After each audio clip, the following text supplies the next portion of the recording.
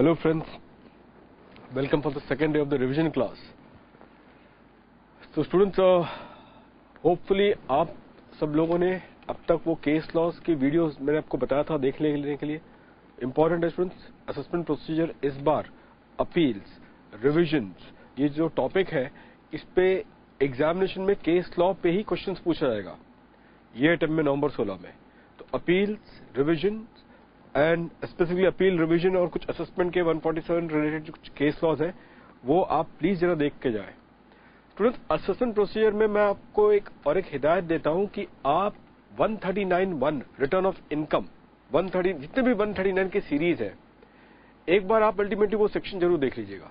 Return का section देख लेना. रिटर्न का सेक्शन देख लिया आपने, ठीक. असेसमेंट का मैं आपको बता देता हूं, आप रिटर्न के सेक्शंस को रीड कर लीजिएगा. तो आज आप रिटर्न के सेक्शंस को रीड करेंगे और बाद में जितने केस लॉज हमारे वो केस लॉ के वीडियो में है अपील्स और रिविजन्स के कॉन्टेक्स्ट में भी स्टूडेंट्स वो भी आप अल्टीमेटली क्या करेंगे देख लेंगे, ठीक है ना. तो ये पर्टिकुलर चीज आपसे एक्सपेक्टेड है स्टूडेंट्स. पेनाल्टी की भी बहुत लोगों को ये रहती है कि सर पेनाल्टी के लिए क्या होगा, तो पेनाल्टी के लिए भी स्टूडेंट्स आप वही करें जो मैंने आपको बताया था. पेनाल्टी के भी कुछ केस लॉज है उसके अंदर. मैं आपको कुछ चीज बता दूं जल्दी से ताकि वो चीज दिमाग में है तो अल्टीमेटली वो एक रहेगा जो स्टूडेंट्स को एक बार दिखा देना. Right, assessment procedure, appeals, revision, penalties,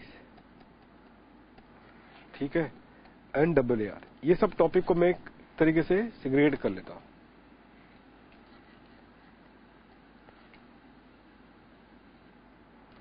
अब इसमें से स्टूडेंट्स आप थियरी के रूप में क्या पढ़ लेंगे. फॉर पहला असेसमेंट का लिख देता हूं ताकि ये पहले मैं आपको लिख के कंप्लीट कर दूं. असेसमेंट में ROI इंक्लूडिंग अमेंडमेंट्स, जो अमेंडमेंट हुए वो भी देख लीजिएगा. वो मालूम है एक अमेंडमेंट आया है, रेसिडेंट बेनिफिशियरी है यहाँ पे उसको कुछ एक फॉरेन एसेट से उसका तो वो तो बेनिफिशियरी होगा या एक बेनिफिशियरी इनकम उसको मिल रहा है, कुछ इस तरीके से अमेंडमेंट आया था तो उसको ROI फाइल करना मैंडेटरी है. वो एक पर्टिकुलर पॉइंट था. और रिटर्न रिलेटेड ROI रिलेटेड जो प्रोविजंस होंगे for trust, for political party, for scientific research institution, for those institution, educational institution जिनका टर्नओवर 1 करोड़ तक या उससे अधिक, उनके लिए भी क्या है कुछ प्रावधान बनाए गए रिटर्न फाइल करने के लिए. तो वो वाले प्रोविजंस एक बार आप देखेंगे. अपार्ट फ्रॉम दैट आप केस लॉ वीडियो मैंने बताया था स्टूडेंट्स कि अगर हो सके तो मिनिमम आप केस लॉ वीडियो में से 70 मिनट के बाद, जो नवंबर 16 की हमारी वीडियो 70 मिनट के बाद अगर आप देखोगे तो अकॉर्डिंगली वो सारे असेसमेंट वाला पॉइंट स्टार्ट हो जाता है, ठीक है. तो वहां से जिन्होंने अब तक वीडियो देखा नहीं है उनके लिए मैं बात कर रहा हूं. मैंने लिंक लगा के रखा है अपने फेसबुक में, वो लिंक वहां पे पहुंच गया है, या तो आप अपने सेंटर से पूछ लो, वो सेंटर आपको लिंक दे देंगे केस लॉ की वीडियो.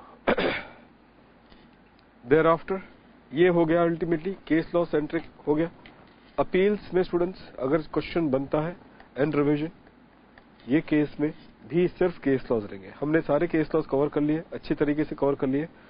इंपॉर्टेंट केस लॉज जो है वो अकॉर्डिंगली आप ये ध्यान रखिएगा वो भी वीडियो के तहत आप इसे कंप्लीट कर लेना. ये केस लॉज ही पूछ रहा था, अदरवाइज इसमें ज्यादा कोई दम नहीं है. थियरी वेरी पे अब ज्यादा टाइम आपके पास है भी नहीं, तो आप केस लॉज पे फोकस करना. कुछ important Meghalaya steel supreme court मेरे हिसाब से ये अटेम्प्ट में आना चाहिए. मेघालय स्टील सुप्रीम कोर्ट इस अटेम्प्ट में आना चाहिए. अपील्स रिलेटेड ये केस लॉ वीडियो में मैंने अच्छा खासा उस पर आपको राइटअप दे दिया है, तो ये उसमें से आ गया. Other than that students penalty related, penalties के लिए स्टूडेंट्स इसके लिए आपके पास कुछ सर्कुलर है इन रिस्पेक्ट ऑफ पेनाल्टी. वो केस लॉ के वीडियो में टुवर्ड्स एंड आपको मिल जाएगा स्टूडेंट्स. टाइम लिमिट को लेके ऐसा कुछ पॉइंट वहां पर है पेनाल्टी को लेके, टाइम लिमिट को लेके. टाइम लिमिट क्या बनेगी 275 में पेनाल्टी की जो टाइम लिमिट है उसके लिए आपको केस लॉ के वीडियो में टुवर्ड्स एंड कुछ मिलेगा, वो इंपॉर्टेंट है. वो RTP में भी रखा हुआ है. अदर देन दैट ये केस लॉस, तो ये दोनों चीज आपको, ये सर्कुलर है टाइम लिमिट के लिए, टाइम लिमिट अंडर सेक्शन 275 और प्लस केस लॉ, ये दोनों चीज आपको कहां मिलेगी केस लॉ की वीडियो में. एंड देन देयर आफ्टर और एक होगा, एक अमेंडमेंट है आया है वो हम आज की क्लास में करेंगे, इसको मैं आपको करवा देता हूं। एक्सप्लेनेशन 4 टू सेक्शन 270(1)(1)(c), ये अमेंडमेंट होगा, ये इंपॉर्टेंट है, ये पेनाल्टी रिलेटेड इश्यूज है। तो इतना सारी चीजें हैं अल्टीमेट यहां पे। और स्टूडेंट इस अटेम्प्ट के लिए डबल AR आप गो थ्रू करके जाना, ये छोटा टॉपिक है, इस अटेम्प्ट के लिए देख लेना, गो थ्रू केयरफुली। छोटा टॉपिक है, आपको ज्यादा से ज्यादा आधा से 45 मिनट से ज्यादा ऊपर लगना नहीं चाहिए, लेकिन प्लीज इसको दो, आधा घंटा मैक्सिमम ये टॉपिक कंज्यूम करेगा, तो प्लीज इसको देख लेना। तो ये सारे एरियाज एक तरीके से कवर कर लेगा। कैसे कवर करना मैंने बता दिया, एक रीडिंग तो बनेगी स्टूडेंट, मैं यहाँ पे कितना भी बोल लूं आपको ये रीडिंग करनी ही पड़ेगी, तो वो टाइम आपका मैं बचा रहा हूं अल्टीमेटली इस तरीके से।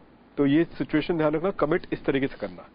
अब आइए स्टूडेंट आज की क्लास शुरू करते हैं। जो एक्सपेक्टेड कल के पेपर में जो आपको मिलने वाला है वो एक होगा DDT, ये हो सकता है, या फिर ऑल्टरनेट इन्वेस्टमेंट फंड। ये दो में से एक surrogate tax regular students capsule course.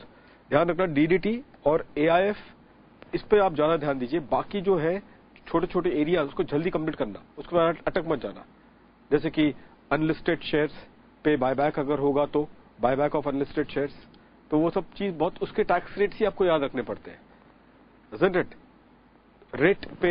Rate पे भी ज्यादा इस समय पे टाइम वो जो दे रहे हो, तो जल्दी से उसको एक बार रीड करके उसके जो स्ट्रक्चर्स है रेट के, मैंने पिछले साल जब किया था तो उसकी मैंने नवंबर 15 वालों के लिए किया था, तो नवंबर 15 में आ ही गया था पिछले साल जब किया था। तो इस साल अल्टीमेटली मैं रेट वापस नहीं कर रहा हूं वीडियो में, लेकिन आप उसको देख लेना। लेकिन मेरे लिए जो इंपॉर्टेंट इस अटेम्प्ट के लिए होगा ये DDT एंड AIF, मैं इसको रिवाइज कर लेता हूं। बाकी जो है अनलिस्टेड शेयर्स, रेट, ये दो जो बैलेंस है ये आप अपने एंड पे जल्दी से इसको रिवाइज कर लेना। ये मैं क्लास में करवा रहा हूं। और होमवर्क क्विकली गो थ्रू, क्या करना पड़ेगा आपके एंड पे, rate and buyback of unlisted share. तो उससे क्या हो जाएगा कि ये एक 10 मार्क का क्वेश्चन बनेगा, तो ये अल्टीमेटली कंप्लीट हो जाएगा। चलिए स्टार्ट किया जाए। सेक्शन 115O का ये गेम है स्टूडेंट्स, जहां पे डिविडेंड के डिस्ट्रीब्यूशन पे, डिक्लेरेशन पे, पेमेंट पे कौन करेगा, बाय डोमेस्टिक कंपनी। उन्हें डिविडेंड DDT का सामना करना पड़ेगा। किस टाइप के डिविडेंड है, डिविडेंड दो टाइप के नॉर्मल डिविडेंड होंगे आपके और डीम डिविडेंड, नॉर्मल डिविडेंड और डीम डिविडेंड। लेकिन जहां तक डीम डिविडेंड की बात है स्टूडेंट्स, डीम डिविडेंड सिर्फ 222A से लेके 222D तक।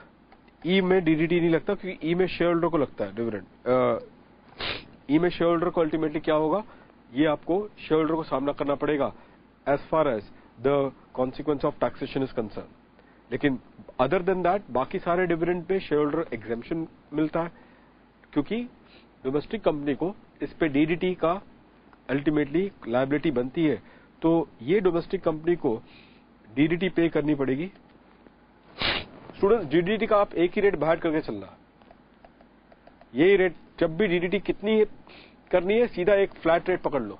आप बोलोगे सर 15% था, नहीं स्टूडेंट्स, इफेक्टिव रेट एक अमेंडमेंट आया था लास्ट ईयर में 15/85 का एक केस है, उसके बाद सरचार्ज टॉप अप करना है, सेस लगाना है। तो इफेक्टिव रेट एक चीज याद रखना, DDT का इफेक्टिव रेट क्या होगा, 20.357। ठीक है। अब स्टूडेंट ऐसे केस में यहां पे जो भी डिविडेंड दिया जा रहा है उस डिविडेंड में से कुछ रिलीफ है। मतलब कि रिलीफ का मतलब क्या होगा, रिलीफ का मतलब है कि इसमें से डिविडेंड शैल एक्सक्लूड, ये डिविडेंड में से आपको दो टाइप के डिविडेंड एक्सक्लूड करने पड़ेंगे। डोमेस्टिक कंपनी यहां पे क्या है, एक होल्डिंग कंपनी, ऐसा लिखो, if domestic company is a holding company. If domestic company is a holding company,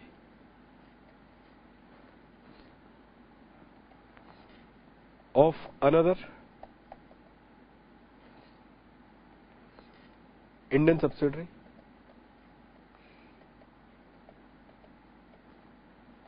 or foreign company, bracket में लिखना फॉरेन सब्सिडरी। होल्डिंग कंपनी का मतलब कि ग्रेटर देन 50% का इसका क्या है, स्टेक है। ग्रेटर देन 50% का क्या है, स्टेक है। तो if domestic company is a holding company, मतलब greater than 50% of another Indian subsidiary और अ फॉरेन कंपनी, मतलब कि फॉरेन सब्सिडरी। अब यहां पे स्टूडेंट्स थोड़ा सा आप केयरफुल रहना, इस पर्टिकुलर पॉइंट पे थोड़ा सा केयरफुल रहिएगा। अच्छा, ये इंडियन सब्सिडरी में हमारा इन्वेस्टमेंट है, तो वो इंडियन सब्सिडरी ने डिविडेंड डिक्लेयर किया होगा। डिविडेंड डिक्लेयर किया होगा तो उसने डीडीटी पे की होगी। तो on that dividend declared by Indian subsidiary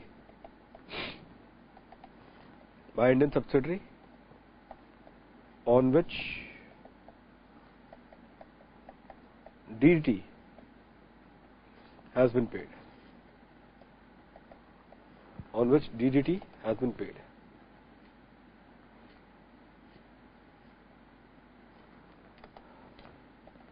On which DDT has been paid.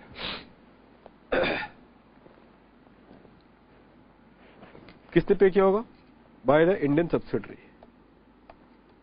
तो वो डिविडेंड को हमें क्या करना पड़ेगा, माइनस करना पड़ेगा। सो डिविडेंड इसमें रिलीफ मिलेगा। It exclude if domestic company is a holding company of another Indian subsidiary company on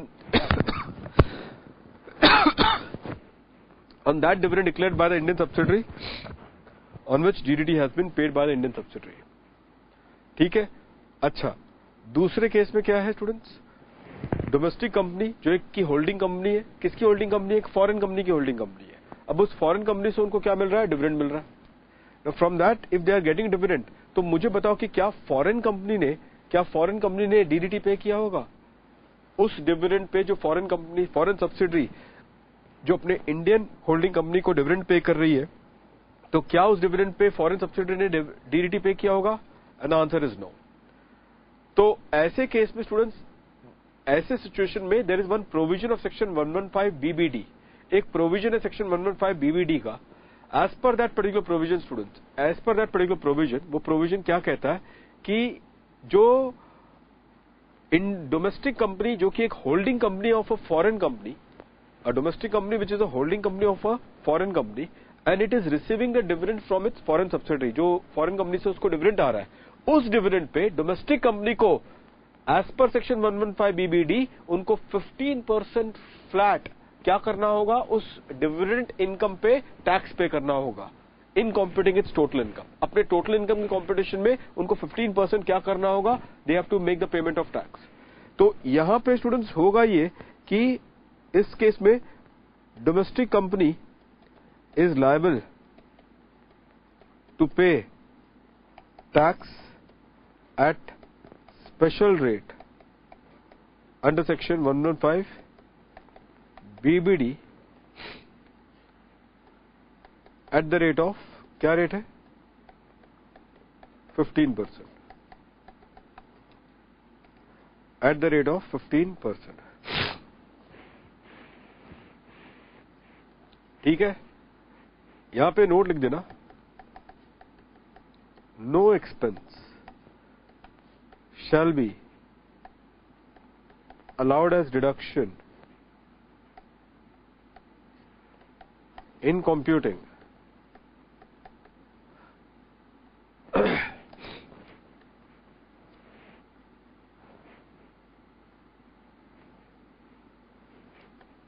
as deduction while charging the dividend at flat rate। जो फ्लैट रेट से जो डिविडेंड जो tax हो रहा है, उस पर्टिकुलर डिविडेंड इनकम पे कोई भी एक्सपेंडिचर डिडक्शन नहीं मिलेगा। तो हो सकता है कि आपने कोई रिकवरी एक्सपेंसेस इनकर किए होंगे फॉर दैट डिविडेंड, कोई आपके इंटरेस्ट एक्सपेंसेस होंगे फॉर अर्निंग दैट डिविडेंड, क्योंकि आपने लोन लिया होगा, तो लोन लिया होगा for making the investment in the shares of the foreign company, तो उस लोन से आपको इंटरेस्ट एक्सपेंडिचर आ रहा है और फॉरेन कंपनी से डिविडेंड आ रहा है, तो क्या डिविडेंड इनकम को उस इंटरेस्ट एक्सपेंडिचर के साथ नेट ऑफ कर पाओगे? नहीं करना है आपको, क्योंकि फ्लैट 15% आपको क्या करना है, वो डिविडेंड इनकम पे टैक्स करना है। जैसे कि आपका लॉटरी विनिंग है, फ्लैट क्या करते हो आप लोग, 30% लगाते हो on that particular amount. Same shall be the position in this regard as well, same position यहां पर भी एप्लीकेबल हो जाएगी। So this is how it has to be considered students, और इस चीज में आप लोग एकदम केयरफुल रहिएगा। तो ये चीज यहां पर है, तो ये आपको रिड्यूस करना होगा। तो दिस 2 टाइप्स ऑफ डिविडेंड, तो ये एक डिविडेंड जो कि डोमेस्टिक कंपनी के हाथ में, अच्छा यहां पे first dividend where in domestic company अपने सब्सिडरी से डिविडेंड रिसीव कर रही है, वो सब्सिडरी जिसने डीडीटी पे कर दिया है। तो डोमेस्टिक कंपनी के लिए वो एक डिविडेंड उसको आ रहा है फ्रॉम इट्स इंडियन सब्सिडरी, और वो इंडियन सब्सिडरी ने डीडीटी पे कर दिया है, तो मेरे लिए वो डिविडेंड इनकम एग्जेम्प्ट है, और एग्जेम्प्ट है in my total income, plus वो डिविडेंड अमाउंट मैं रिड्यूस करूंगा from the dividend which I have declared, जिसपे मेरी डीडीटी की लायबिलिटी बनेगी। ये फर्स्ट हो गया। और सेकंड मैंने क्या बोला स्टूडेंट्स, एक फॉरेन सब्सिडरी अगर उससे मुझे डिविडेंड मिला है तो वो डिविडेंड इनकम मेरे लिए एग्जेम्प्ट नहीं है, मेरे टोटल इनकम पे आएगा, और टोटल इनकम पे मैं उस पे 15% के हिसाब से without any deduction of any expenditure, मैं 15% के हिसाब से उसका क्या करूंगा, फ्लैट टैक्स लेकर आऊंगा। और फिर वो डिविडेंड जो है, वो फॉरेन डिविडेंड जो मुझे मिला है, वो डिविडेंड मैं रिड्यूस करूंगा from what students, from the dividend which I am declaring to my share holder. और नेट डिविडेंड पे ही मुझे क्या है, डीडीटी की लायबिलिटी है। क्या रेट है, 20.357%। 20.357%। स्टूडेंट्स एक बहुत अच्छा क्वेश्चन है, मैंने कैप्सूल और रेगुलर बच्चों आप लोग को तो करवाया था, वो एक क्वेश्चन बहुत ही बढ़िया है, and I will expect all of you to go through that particular question. एक ही क्वेश्चन मैंने बोला था कि अगर आना चाहिए तो वो क्वेश्चन आना चाहिए as far as examination is concern, जो कैप्सूल और रेगुलर में मैंने ये करवा दिया था आप लोग को। तो प्लीज वो एक क्वेश्चन इस पे जो फर्स्ट क्वेश्चन है डीडीटी का, वो प्लीज गो देख के चले as far as examination is there.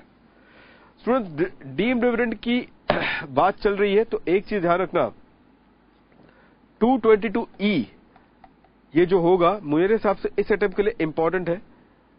222E is an important as far as this attempt. और यहां पे एक केस लॉ भी है वीर विक्रम वेद का, दिल्ली हाईकोर्ट का जजमेंट है इसमें, ठीक है।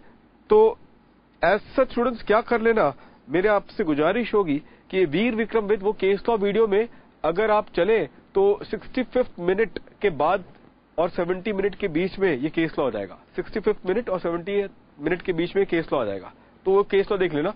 लेकिन 222 ही अदरवाइज प्रैक्टिकल के लिए भी इंपॉर्टेंट हो सकता है। डीम्ड डिविडेंड, इसमें स्टूडेंट्स होता क्या है आपको आइडिया होगा, व्हाट इज 222E? 222E के डिविडेंड में आपको स्टूडेंट्स आइडिया है।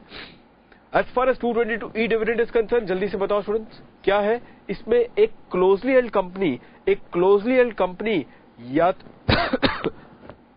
लोन्स एंड एडवांस दे रही है, किसको दे रही है, either to such share holder.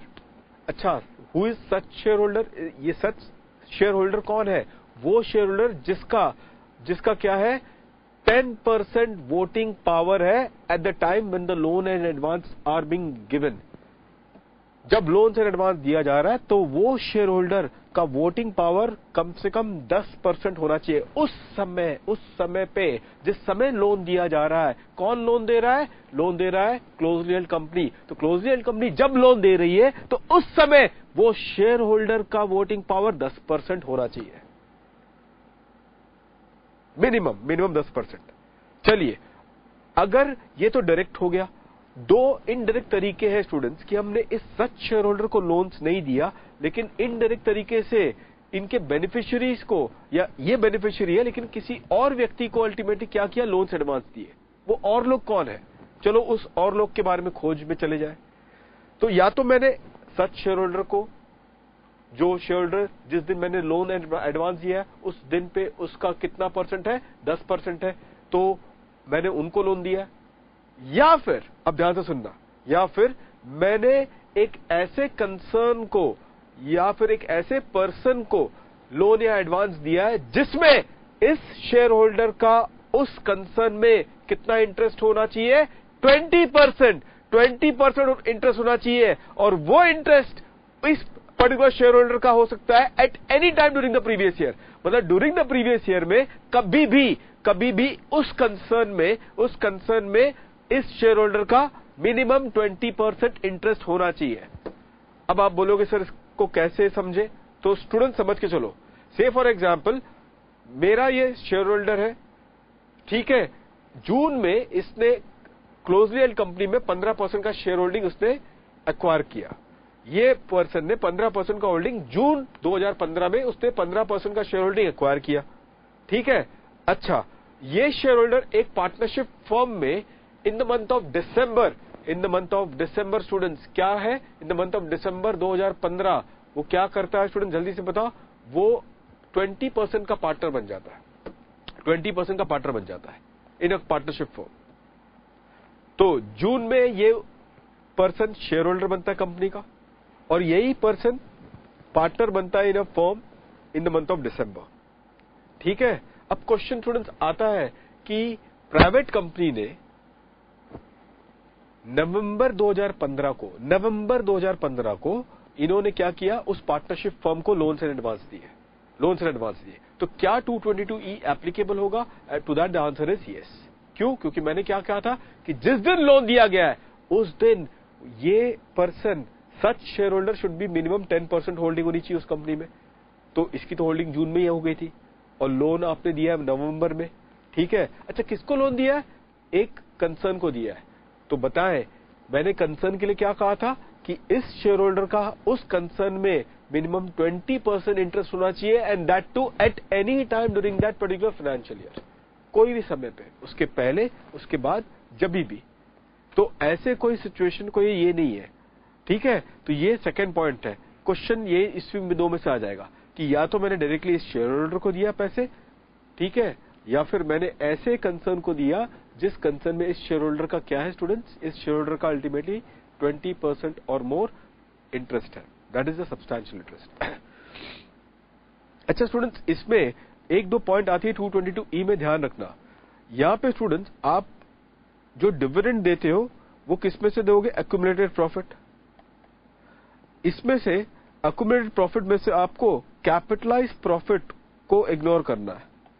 जो कैपिटलाइज प्रॉफिट होती है वो इग्नोर हो जाती है 222E के लिए। तो 222E कैपिटलाइज प्रॉफिट इग्नोर किया जाता है। मतलब कि कैपिटलाइज प्रॉफिट क्या होगा कि अगर आपका शेयर कैपिटल अगर होगा 3.5 लाख, उस 3.5 लाख में 50,000 रुपए क्या होगा आपका? शेयर कैपिटल में से 50,000 होगा आपका योर बोनस शेयर्स। और बोनस शेयर्स कैसे होते हैं? बाय कैपिटलाइजिंग योर प्रॉफिट, ठीक है। तो 3 लाख का आपका शेयर कैपिटल है। आपका अक्यूमुलेटेड प्रॉफिट्स, कंपनी के जो अभी तक जनरल रिजर्व ये सारे जो है वो अब तक है से फॉर एग्जांपल 4 लाख के आफ्टर द बोनस इश्यू। तो मेरे अक्यूमुलेटेड प्रॉफिट में स्टूडेंट्स यहां पे ये 4 लाख है, और दिस इज एक्सक्लूडिंग व्हाट? मैं कह सकता हूं ना, एक्सक्लूडिंग कैपिटलाइज प्रॉफिट। मैंने 4 लाख का फिगर दिया।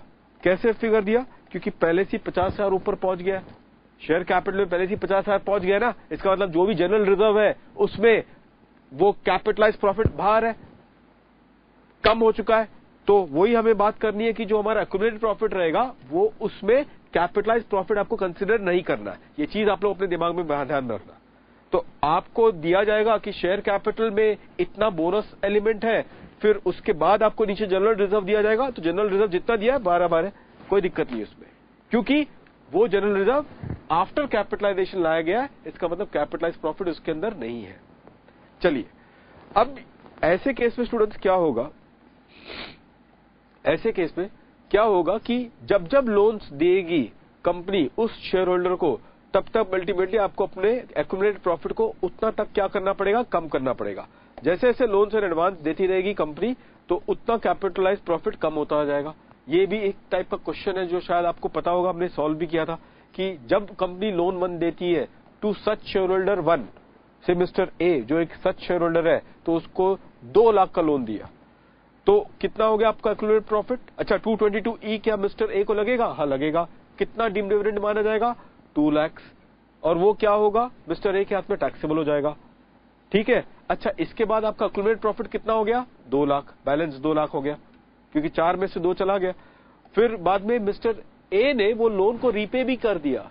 स्टूडेंट्स अगर मिस्टर ए लोन को रीपे भी कर दे तो भी आपका एक्यूमुलेटेड प्रॉफिट चेंज नहीं होगा। अब क्यों नहीं होगा वो सब आज के दिन पे चर्चा करके फायदा नहीं है, लेकिन ध्यान रखना कि अगर मिस्टर ए ने अगर रीपे भी कर दिया तो भी अल्टीमेट एक्यूमुलेटेड प्रॉफिट चेंज नहीं होगा। ठीक।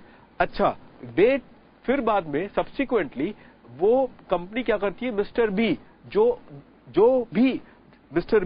जो कि एक सच शेयर होल्डर है, मतलब 10% और मोर की वोटिंग पावर वो भी रखता है, तो उसको 3 लाख का लोन दिया।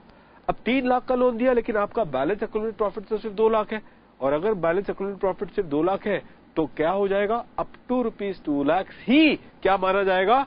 Deemed dividend under section 222E, और मिस्टर बी पे आप सिर्फ 2 लाख तक ही क्या कर सकते हो? टैक्स लगा सकते हो as far as this is concern. तो ये बात मैंने स्टूडेंट्स आपको बता दी है। तो इससे आपका DDT एंड 222E मैंने आपको रिवाइज करवा दिया so far as your this very attempt is concern. Important है ना AIF स्टूडेंट्स, ये काफी इंपॉर्टेंट है concept. AIF concept is an important one. अब AIF में क्या है स्टूडेंट्स, इसमें ध्यान दीजिएगा। So far as the AIF is concern, थोड़ा सा केयरफुल रहे स्टूडेंट्स यहां पे। So far as AIF is concern students, मैं आपको अभी बता रहा हूं चैरिटेबल ट्रस्ट इस बार के लिए बहुत इंपॉर्टेंट है। चैरिटेबल ट्रस्ट इस समय कल के पेपर में आपको चैरिटेबल ट्रस्ट दिखना ही है। अब बोले कि सर फिर क्या करें बताओ, तो क्या करें? वही केस लॉ के वीडियो में मैंने आपको एंड में एक चैरिटेबल ट्रस्ट का जो अमेंडमेंट का प्रैक्टिकल प्रॉब्लम है वो आपको सॉल्व करवाया, और प्लस शुरुआत के 10-15 मिनट के वही केस लॉ के वीडियो में आपको उसके कुछ केस लॉज मिल जाएंगे। कम से कम उतना तो करके जाना है, कम से कम उतना तो करके जाना है। Apart from that 1-2 questions ultimately वो रिवाइज कर लेना, लेकिन मेन तो यही है एग्जामिनेशन के कॉन्टेक्स्ट में, मेन तो यही है as far as charitable trust is concern, amendment and the case laws. Anyways AIF पे आ जाओ स्टूडेंट्स। AIF भी बहुत इंपॉर्टेंट है, ये अमेंडमेंट था लेकिन अब तक क्वेश्चन पूछा नहीं गया, इस वजह से नवंबर के लिए अटेम्प्ट के लिए काफी इंपॉर्टेंट है स्टूडेंट्स। ये केस में क्या हो जाता है कि इसमें ये जितने भी ऐसे केस में प्राइवेट इक्विटीज वाला जो फंड्स है, इसके सिचुएशन में यहां पे 3 कैटेगरी बनाई है वेंचर कैपिटल। ये जो अंडरटेकिंग्स है इस अंडरटेकिंग में मान के चलिए ये इंडिया है, इसमें वेंचर कैपिटल यूनिट है। अच्छा ये इन्वेस्टर इसके इंडिया के बाहर होंगे, ठीक है, इन्वेस्टर इसके इंडिया के बाहर है। अब इनका इन्वेस्टमेंट लगा होगा, ऐसा कुछ जो भी होगा स्ट्रक्चर, इनका इन्वेस्टमेंट लगा है उस अंडरटेकिंग में। अच्छा ये जो अंडरटेकिंग है ये सेबी में इन्होंने 2 कैटेगरी डिफाइन किए, कैट 1 एंड कैट 2, क्योंकि कंसेशन जो दिया गया वो ये जो टैक्स ट्रीटमेंट है ये 2 कैटेगरी के वेंचर कैपिटल अंडरटेकिंग है, 2 कैटेगरी के। द थर्ड कैटेगरी ऑल्सो, जो कि एक्चुअली थर्ड कैटेगरी जो सेबी ने बोला है वो उस कैटेगरी को बताया कि वो कैटेगरी इंडिया में जो एक्सपोजर जो उसको मिलती है उसको अपना वो रिस्क को हेज करता है, तो वो कैटेगरी के लिए ये टैक्स ट्रीटमेंट जो अभी हम चर्चा करेंगे उनके लिए एप्लीकेबल नहीं है। ये जो टैक्स ट्रीटमेंट एप्लीकेबल होगा वो category 1 and category 2। Generally category 1 ये सारे सोशल प्रोजेक्ट्स में ज्यादा अपने आप को वो करते हैं, हाउसिंग, एजुकेशन, ये सारे कैटेगरी। कैटेगरी 2 ये भले ही कैटेगरी 2 मेजरली अपने प्राइवेट फाइनेंसिंग के लिए फोकस करते हैं, लेकिन कैटेगरी 2 जो है वो अपने इंडिया के जो एक्सपोजर्स है उसको हेज नहीं करता। इस वजह से कैटेगरी 1 कैटेगरी 2 ये सेबी के नोटिफाइड है। एनीवे तो सेबी का है तो इसमें ज्यादा अब यहाँ पे फायदा नहीं है बात करके। इसमें ये जो वेंचर कैपिटल अंडरटेकिंग है इसका जो भी प्रॉफिट होगा या इनकम, ऐसा पकड़ के चलो इसको, बोलो इसके जो एक्टिविटी से जो इनकम बनेगा इसके इनकम को हम क्या करेंगे, स्प्लिट करेंगे। Now so far as the income is concern which is business income, ये कैटेगरी हो गया, and the other income. Now business income में स्टूडेंट्स क्या होगा कि इस पे टैक्स होगा ऑन वेंचर कैपिटल, टैक्स इन्हें पे करना है। Which implies that business income पे एग्जेम्पशन इन्हें है, they will not pay tax. अगर ये अदर इनकम रहा, then in respect of the other income the tax ये इनको एग्जेम्प्ट कर दिया, which implies what, tax payment यहां पर है, टैक्स की पेमेंट यहां पर होगी। तो बिजनेस इनकम है, उस अंडरटेकिंग का बिजनेस इनकम होगा तो टैक्स का पेमेंट वेंचर कैपिटल अंडरटेकिंग को करना पड़ेगा, और उसका कॉन्सिक्वेंस है कि इन्वेस्टर के हाथ में ये एग्जेम्प्ट है। As far as other income is concern, venture capital undertaking के लिए पास थ्रू है, मतलब कि वो इनकम के लिए वेंचर कैपिटल जो होगी वो अंडरटेकिंग अल्टीमेटली उसको कोई टैक्स नहीं है, और पास थ्रू स्टेटस है, मतलब कि ये इनकम इन्वेस्टर के हाथ में होगा। अच्छा स्टूडेंट्स, नोटिस करना कि ये जो अदर इनकम है इसका सेम कैरेक्टराइजेशन भी सेम होना चाहिए। अब आप बोलोगे ये कैरेक्टराइजेशन क्या है, अभी बताता हूं।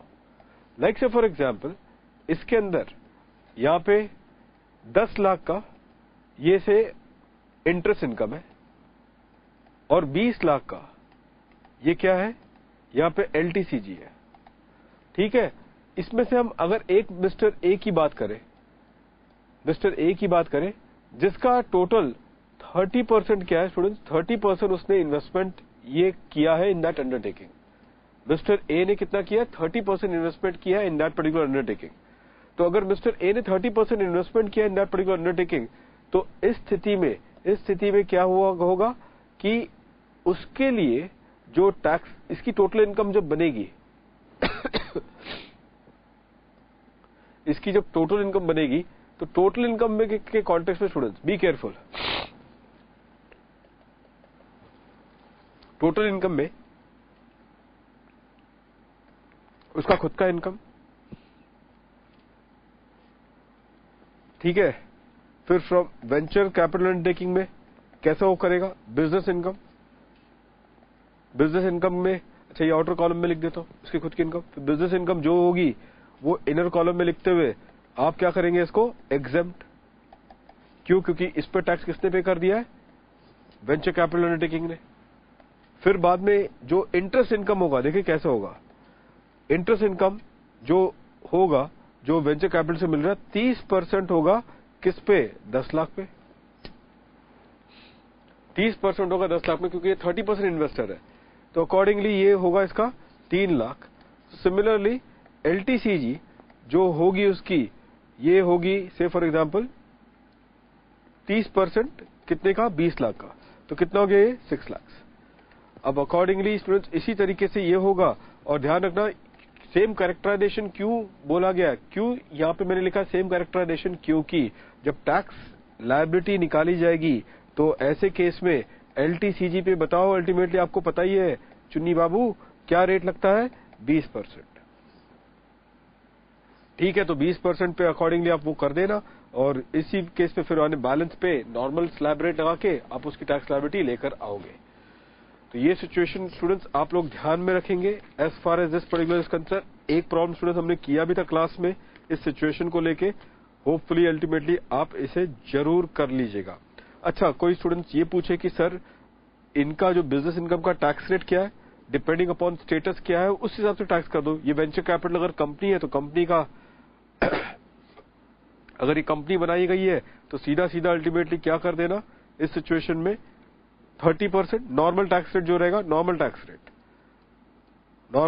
रेट तो देख लो 30% वो होगा, प्लस 1 करोड़ के ऊपर अगर इनकम होगी तो सरचार्ज आपको पता है 7% के हिसाब से लग जाएगा, डोमेस्टिक कंपनी है, plus education cess.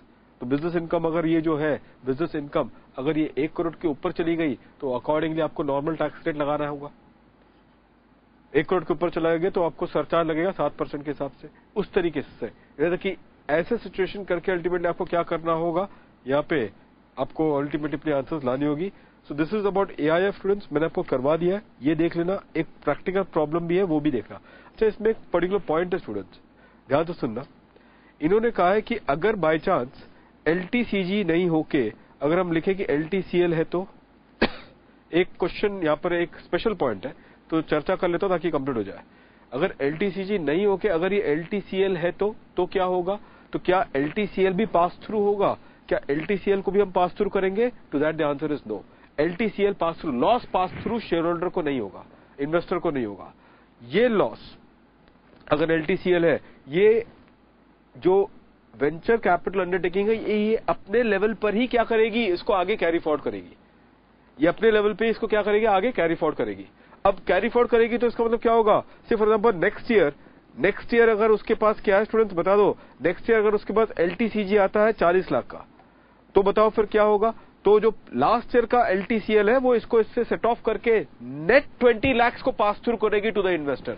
Net 20 lakh को पास थ्रू करेगी to the investor, and that is how it has to be considered. तो चलिए स्टूडेंट्स, ये दो मैंने करवा दिया है।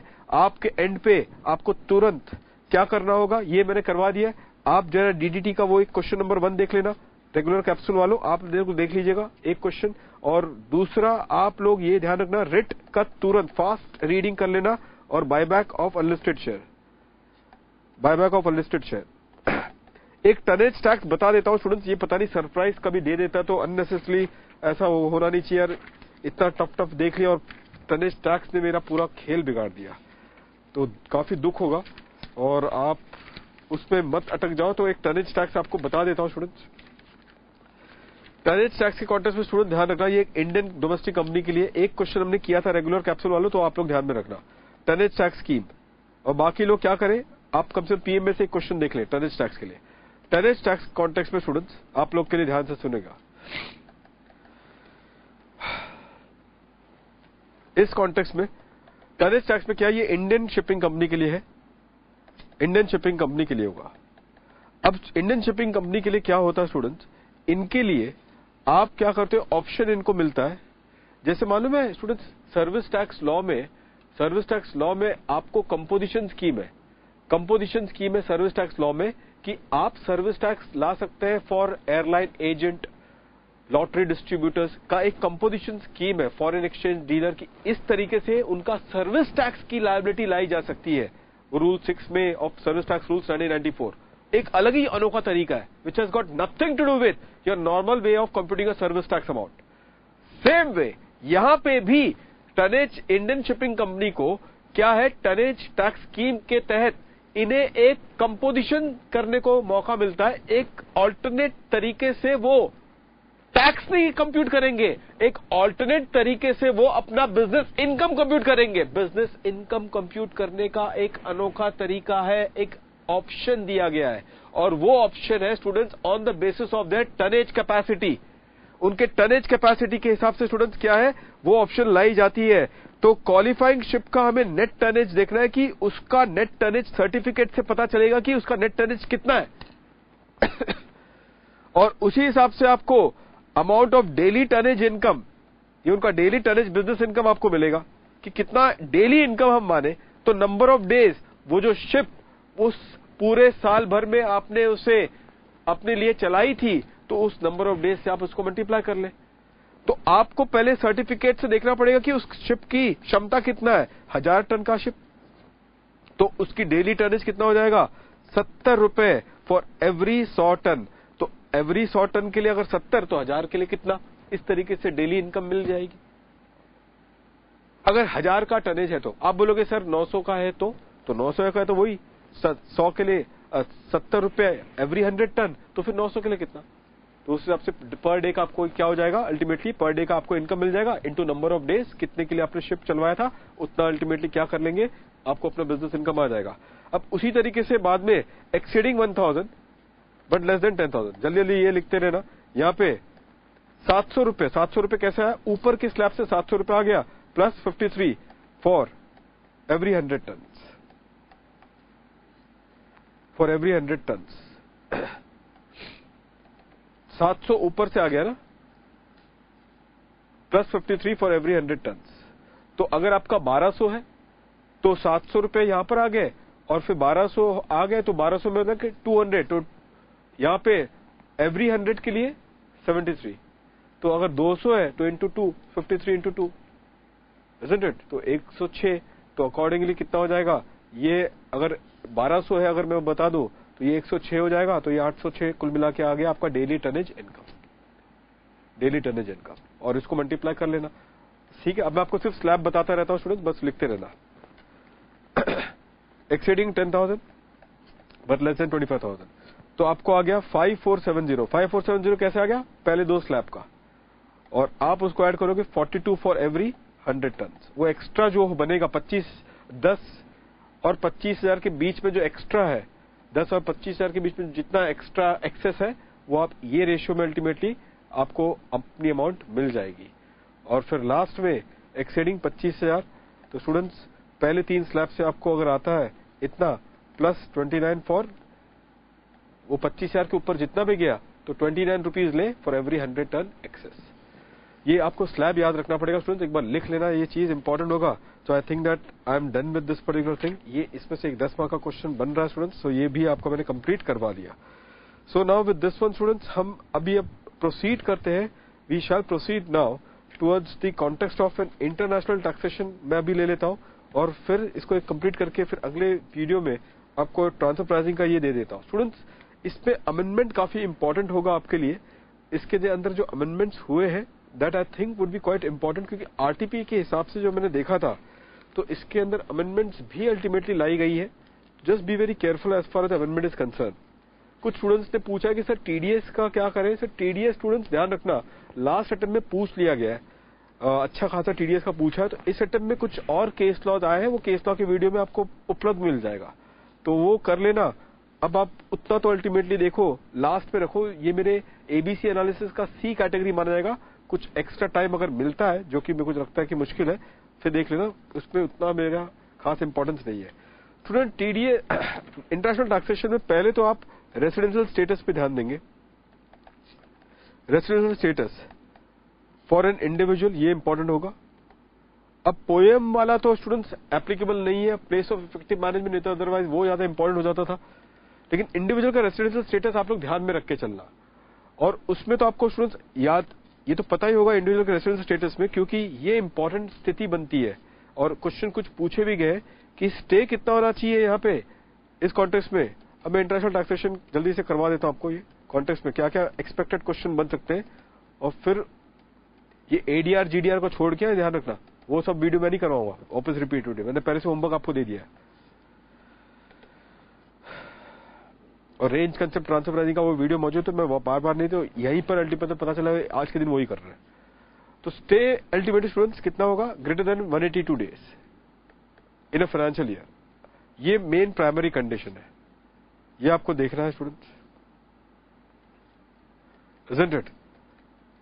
अच्छा स्टूडेंट्स, एक क्वेश्चन है वो कैबिन क्रू वाला, मालूम है कैबिन क्रू, इंडियन क्रू वाला शिप है, वो अमेंडमेंट है FA15 का, वो आरटीपी में से जरा एक बार देख लेना। इसमें जो अमेंडमेंट है वो आरटीपी का क्वेश्चन देख लेना। क्यों मैं बता रहा हूं? क्योंकि वही क्वेश्चन आ जाएगा आपको एग्जाम में, इसकी वजह से। अमेंडमेंट है वो अपना, वो कैबिन क्रू मेंबर्स के लिए कैसे अल्टीमेटली किया जाएगा, FA15 का अमेंडमेंट है। और ये आप प्लीज आरटीपी में से देख लेना, ये क्वेश्चन बहुत ज्यादा एक्सपेक्टेड है इस अटेम्प्ट के लिए। Don't forget to go through it. क्यों मैं आपको बोल रहा हूं आरटीपी में से, वही क्वेश्चन आएगा, उतनी तक मैं बोल सकता हूं आज की तारीख में। इसके लिए यहां पे मैं टाइम वेस्ट नहीं करूंगा, जब पता है कि यार कल ये आ रहा है तो क्यों नहीं देख लो, देख लेना आरटीपी में से। आरटीपी मई 16 में भी था, मई 16 के आरटीपी में भी था क्वेश्चन, नवंबर 16 में भी है। अगर नवंबर 16 में नहीं देखे तो मई 16 के में से कर लेना, लेकिन देखना जरूर। तो स्टे एक्सीड 182 डेज, और फिर अकॉर्डिंगली अगर येस हो जाता है, नो हो जाता है, तो अगर येस है तो रेसिडेंट बन जाओगे, नो है तो आप अभी भी फिर आपको दूसरे टेस्ट में जाना पड़ेगा। ये बेसिक टेस्ट है आपका, बेसिक टेस्ट BT, तो दूसरा basic test BT1 BT2। BT का मतलब है बेसिक टेस्ट 1 बेसिक टेस्ट 2। तो यहां पे क्या हो जाएगा इस कॉन्टेक्स्ट में, स्टे का स्टे इसमें कितना होना चाहिए? Greater than 60 days and what? And students यहां पे stay should be greater than 365 days. ठीक है, चलिए। अच्छा, ये रेसिडेंट का कॉन्टेक्स्ट में होगा स्टूडेंट्स, रेसिडेंट के कॉन्टेक्स्ट में। So stay greater than 60 days plus stay greater than 365 days. अच्छा, ये 365 days in the last 4 years, in the last 4 years, तो 60 दिन करंट ईयर में प्लस लास्ट के 365 दिन इन द लास्ट 4 ईयर्स। अच्छा स्टूडेंट, नोटिस करना ये वाला टेस्ट एप्लीकेबल नहीं होगा किसको नहीं होगा स्टूडेंट्स? ये वाला टेस्ट स्टूडेंट्स एप्लीकेबल नहीं होगा वो एक इंडियन सिटीजन को। कौन है वो इंडियन सिटीजन? जो इंडिया छोड़ के जा रहा है। क्यों? एम्प्लॉयमेंट के लिए। जो इंडिया छोड़ के जा रहा है क्यों? एम्प्लॉयमेंट के लिए, वो एक कैटेगरी है। या फिर वो जो क्रू मेंबर, मैंने बताया ना क्रू मेंबर वाली बात, और क्रू मेंबर वाली बात में कुछ अमेंडमेंट FA15 का आ गया कि कैसे वो 182 डेज का क्राइटेरिया वो देखेंगे। तो स्टूडेंट्स वापस से, जो एक ऐसे एक एम्प्लॉयमेंट के लिए एक इंडियन सिटीजन इंडिया के बाहर जा रहा है, या फिर जो इंडियन शिप में जो क्रू मेंबर्स हैं उनको ये BT2 नहीं लगेगा, उनको सिर्फ और सिर्फ BT1 है, 182 डेज का क्राइटेरिया। अपार्ट फ्रॉम दैट, कोई एक इंडियन सिटीजन जो इंडिया के बाहर है और इंडिया में विजिट करने के लिए आया है, विजिट करने के लिए, सेटल होने के लिए नहीं, विजिट करने के लिए, तो उनके लिए भी ये BT2 एप्लीकेबल नहीं होगा, BT1 ही एप्लीकेबल है, BT1 ही एप्लीकेबल है। तो BT1 किसके लिए एप्लीकेबल होगा? सबके लिए, लेकिन दो कैटेगरी स्पेसिफिक है जिनके लिए सिर्फ BT1 ही एप्लीकेबल होगा। ठीक है, एम्प्लॉयमेंट वाला कैटेगरी है और दूसरा है इंडिया में विजिट वाला कैटेगरी है, so far as Indian citizen is concern. अच्छा, ये रेसिडेंट हो जाए ये यही तक अल्टीमेटली क्वेश्चन पूछते हैं स्टूडेंट्स, फिर बाद में, अब तक तो इतना ऐसा कोई इतना इंपॉर्टेंट नहीं है, तो मेरे हिसाब से ये रेसिडेंट हो जाए, फिर हम चर्चा करते हैं एडिशनल टेस्ट को। एडिशनल टेस्ट को हम चर्चा करते हैं स्टूडेंट्स, और एडिशनल टेस्ट में आपको अल्टीमेटली दो चीज मिलती है, RNOR, RNNOR। अब ये चीज में अपना दिमाग मत खराब कीजिएगा, इसमें कोई क्वेश्चन नहीं आएगा, ऊपर तक ही यहां तक साफ है। अगर आएगा इस पूरे इंडिविजुअल के रिजल्ट स्टेटस में तो सिर्फ और सिर्फ इतना ही बनना है। अच्छा स्टूडेंट्स, अब आइएगा नॉन रेसिडेंट के कॉन्टेक्स्ट में। स्टूडेंट, नॉन रेसिडेंट में सेक्शन 9 का कुछ अमेंडमेंट्स है, यहाँ पे ध्यान में रखना। 911 के अमेंडमेंट में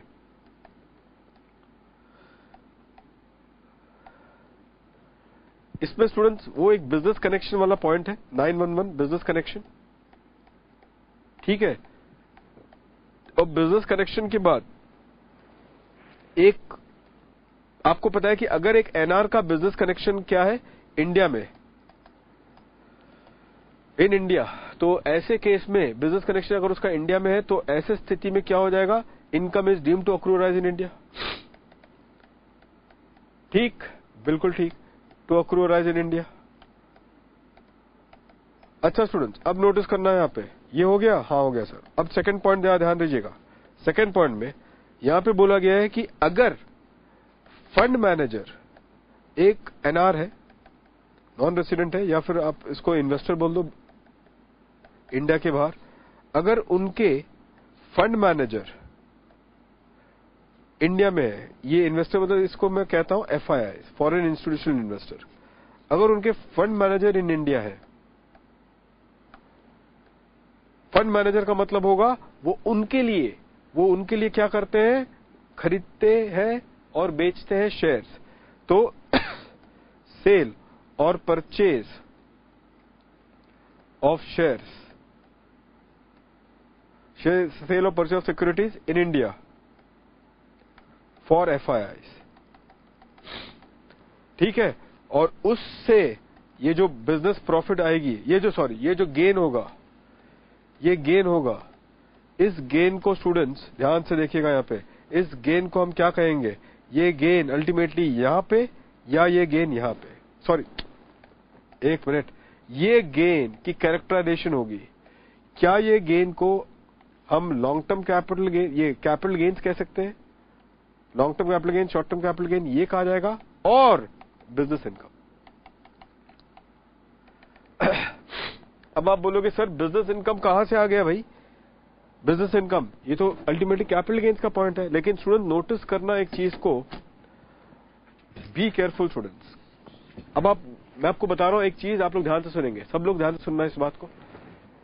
ये पॉइंट ये है स्टूडेंट्स की क्या बिजनेस इनकम मतलब कि क्या होगा? Be careful. क्या ये बिजनेस कनेक्शन उसको मिलता है? ये आपको देखना है कि वेदर फंड मैनेजर अगर उसका इंडिया में है, अगर फंड मैनेजर उसका अगर इंडिया में है, तो इस स्थिति में क्या वो FII का इंडिया में बिजनेस कनेक्शन है? क्योंकि अगर मैं fund manager for the timing इसको भूल जाऊं और एक एजेंट इसको बोल दो, एक एजेंट है जो हमारे लिए इंडिया में गुड्स खरीदता है बेचता है, हमारे लिए इंडिया में गुड्स को खरीदता है बेचता है, तब क्या हम कह सकते हैं कि वो नॉन रेसिडेंट का उस एजेंट के थ्रू से एक बिजनेस कनेक्शन इंडिया में आ गया? बोलो, एक ऐसा एजेंट जो इंडिया में हमारे लिए गुड्स खरीदता और बेचता है, तो क्या हम कह सकते हैं स्टूडेंट्स कि वो एजेंट के थ्रू से हमारा बिजनेस कनेक्शन आ गया? और अगर मेरा बिजनेस कनेक्शन है तो मेरा बिजनेस इनकम माना जाएगा।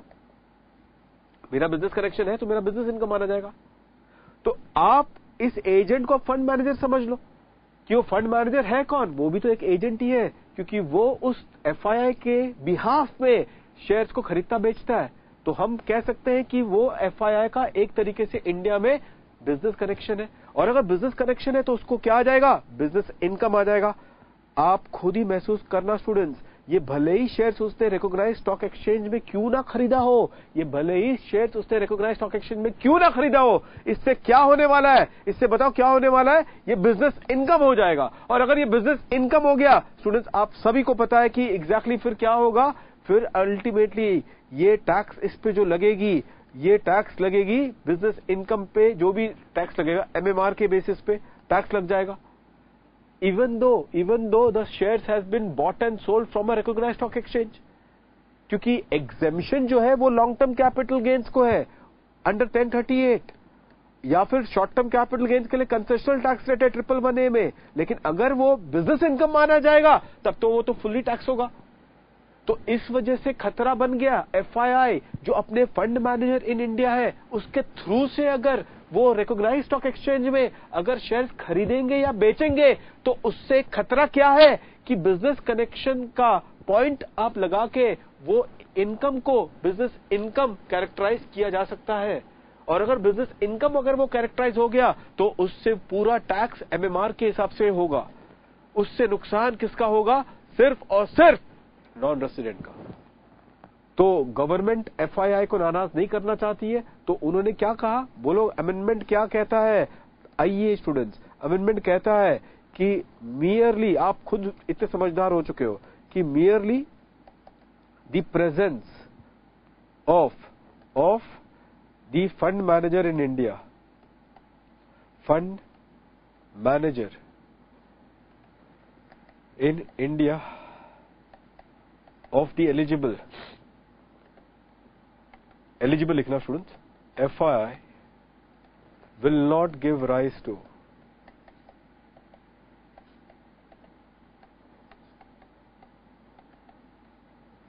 business connection in India, will not give rise to business connection in India। ठीक है स्टूडेंट्स, तो सिर्फ ये इनका इंडिया में होना अपने आप में बिजनेस कनेक्शन को जन्म नहीं देगा। तो फिर बच गए, क्या वो सांस ले सकते हैं? हाँ, ले सकते हैं स्टूडेंट्स। इसका मतलब ये होगा कि सिर्फ अगर यही है तो, और ये शेयर्स को खरीदते बेचते हैं on behalf of their FII, तो ऐसी स्थिति में स्टूडेंट्स, ऐसी स्थिति में ये इनकम क्या बिजनेस इनकम मानी जाएगी? नहीं, ये इनकम क्या मानी जाएगी? Capital gains. और कैपिटल गेन्स है तो उस पर कंसेशनल टैक्स रेट लग जाएगा। तो ये स्टूडेंट्स एक अमेंडमेंट है, एक्सपेक्टेड हो सकता है as far the examination is concern. 911 का था। Other than that students, indirect transfer का अमेंडमेंट स्टूडेंट्स बहुत इंपॉर्टेंट है, इस बार देख के आना। रेगुलर और कैप्सूल वालों, मैंने आपको प्रैक्टिकल प्रॉब्लम करवाया था स्टूडेंट्स, ये वाला अमेंडमेंट बहुत इंपॉर्टेंट है। ये मैं अभी, आप लोग प्लीज देख के जाइएगा। FA15 मैंने इसको बहुत अच्छे से करवाया है, लेकिन अभी मैं करवाऊंगा तो अननेसेसरी बहुत टाइम चला जाएगा इसको। इनडायरेक्ट ट्रांसफर है स्टूडेंट्स, इस कॉन्टेक्स्ट में प्रैक्टिकल प्रॉब्लम भी मैंने सॉल्व करवाई थी इनडायरेक्ट ट्रांसफर में स्टूडेंट्स, सेक्शन 915 में। ये प्लीज वो practical problem regular and capsule students, आप प्लीज उसको रेफर करके जाए। एक डायग्रामेटिकल अप्रोच से मैंने आपको ये करवाया था। मैक्सिमम 30 मिनट्स देना, मैक्सिमम 30 मिनट्स देना, उसके ऊपर नहीं। एक्सपेक्टेड है कि इस बार आ जाना चाहिए। 2012 से देख रहे थे कि नहीं आ रहा, क्योंकि मशीनरी प्रोविजंस थी नहीं। अब by virtue of FA15 machinery provisions जुड़ गई हैं, दिक्कत नहीं होनी चाहिए। प्रैक्टिकल प्रॉब्लम मैंने स्टूडेंट्स करवाया है, आप लोग को इंश्योर करें इसको एक बार देख के चलाए। Regular batch, capsule course students, और जो बाकी स्टूडेंट्स होंगे वो भी उसको अल्टीमेटली क्या करें, एक बार देख लेना। इसके अलावा स्टूडेंट्स एक 916 में ये इंपॉर्टेंट है और इसने RTP में भी रखा हुआ है, ये बहुत इंपॉर्टेंट अमेंडमेंट है, शायद ये भी आ जाए। 916 में स्टूडेंट्स यहां पे आपको जो अमेंडमेंट है on interest part of it, ये इंटरेस्ट का पॉइंट आपको तो आइडिया है, इसकी भी केस स्टडी हमने बनाई थी, तो जल्दी से क्विक रिकैप दे देता हूं। ये है students interest income of a non resident, interest income of the non resident, इनके लिए interest income of a non resident. मैं इनडायरेक्ट ट्रांसफर को जानबूझ के नहीं छेड़ रहा हूं, क्योंकि अगर इनडायरेक्ट ट्रांसफर को अगर मैंने छेड़ दिया अननेसेसरी, वो वोडाफोन मेरे सामने आ जाता है। और मैंने बताया था कि 2007 तक तो वोडाफोन में ईवाई में तो हम लोगों ने ट्राइब्यूनल लेवल तक हमने पूरा काम इसका स्ट्रक्चरिंग ही किया था जब मैं ईवाई में था मुंबई में। तो ये सिचुएशन तो अल्टीमेटली वो फिर तो खतरा है ना कि I might get carried away with that Vodafone का डिसीजन। ऐसा होगा नहीं, लेकिन मैंने आपको अच्छे से करवा दिया है स्टूडेंट्स, आप लोग उसको प्लीज एक बार रेफर करके कंसोलिडेट करके खत्म कर लेना। अच्छा स्टूडेंट्स, इंटरनेशनल टैक्स की कोर्स अनाउंसमेंट होने वाली है, ट्रांसफर प्राइसिंग की कोर्स अनाउंसमेंट होने वाली है मई 2017 से। बहुत ऐतिहासिक होगा आप लोग सब लोग के लिए, जॉब के लिए। एग्जामिनेशन देने के बाद जब बच्चे 2.5 महीने की छुट्टी पे रहते हैं, 2.5 महीने एग्जामिनेशन के बाद क्या करोगे? अब वही ताश पत्ती खेलोगे एग्जाम के बाद, आईडीटी के बाद। तो मैंने एक कोर्स लॉन्च कर दिया है, वो मई 17 अटेम्प्ट में पहला अटेम्प्ट होगा कि एग्जाम हो जाने के बाद ताश पत्ती नहीं खेलना है आपको शनिवार रविवार को। वो कोर्स में आप एनरोल कर ले, बहुत ही सिस्टमैटिक ट्रेनिंग आपको दी जाएगी for international taxation and transfer pricing पे, ताकि जब कोर्स कंप्लीट हो जाए, ताकि आपके बेसिक फंडामेंटल प्रिंसिपल्स, ये जो आप किताबों में नहीं पढ़ते, सिलेबस में नहीं पढ़ते, वो आप अपने अंदर उसको बांध लेंगे। उससे क्या होगा, जैसे रिजल्ट आ जाए, पास हो जाओ, इंटरव्यू देना बिग फोर में, you would be most preferred candidate. तो पूरी तैयारी चल रही है। अब हम वो कोर्स लॉन्च कर रहे हैं मई 17, एग्जाम हो जाने के बाद वीकेंड में हम ये शुरू कर देंगे ये पर्टिकुलर कोर्स। तो ताश पत्ती नहीं खेलना है, कंस्ट्रक्टिवली एग्जाम के बाद हमें अपना समय का उपयोग करना है, ताकि हमें जैसे रिजल्ट आउट हो हमें अपना जॉब लग जाए बिग फोर में, और 8 से 12 लाख के बीच की जो पैकेज होती है जो फ्रेशर्स को मिलता है, उसके हम भी हकदार बन जाए। स्टूडेंट्स आइए जल्दी से, 9/1 मई 17 को स्टार्ट करूंगा। अभी बहुत अल्टीमेट स्टूडेंट्स प्रेशर है, क्योंकि मैंने खुद सेटअप ये करवाया है, थोड़ा टाइम दीजिएगा। मई 17 को शुरू हो जाएगा, तब तक मैंने सारा कमिटमेंट रख दिया है सारे फ्रेंचाइजीज को। चलिए 916 में हेड ऑफिस है students, banking company, city bank ले लो, सिटी बैंक हेड ऑफिस है, और यहां पे ब्रांच है आपके, ब्रांच है आपके स्टूडेंट्स। तो city bank head office, city bank branch, branch permanent establishment है। अब इन्होंने अगर इसको लोन दिया, स्टूडेंट्स नोटिस करना, इन्होंने इसको लोन दिया और ये इसको इंटरेस्ट पे कर रहे हैं, ठीक है। अब प्रॉब्लम वाले सर्विस टैक्स कानून में आपने पढ़ा होगा, establishment of a person in a non taxable territory and it's another establishment in a taxable territory. एक एस्टैब्लिशमेंट पर्सन की इन अ टैक्सेबल टेरिटरी और उसकी दूसरी establishment in a non taxable territory, उससे हम क्या मानते हैं सर्विस टैक्स लॉ में, बताइए? Deem to be a distinct person. बिल्कुल उसी तरीके से यहां पर भी उन्होंने क्या कर दिया है, deem to be a distinct person का क्या कर दिया है उन्होंने, एक अमेंडमेंट करके। क्योंकि एज सच नोटिस करना स्टूडेंट्स, नोटिस कीजिएगा, महसूस करो, ये सिटी बैंक हेड ऑफिस और ब्रांच ये एक ही है, इजंट इट? अब एक ही है, तो अगर इंटरेस्ट ब्रांच अगर हेड ऑफिस को दे तो कैसा अनुभव होगा? ऐसा फील होगा कि इंटरेस्ट तो हम अपने आप को दे रहे हैं, इंटरेस्ट तो हम अपने आप को दे रहे हैं।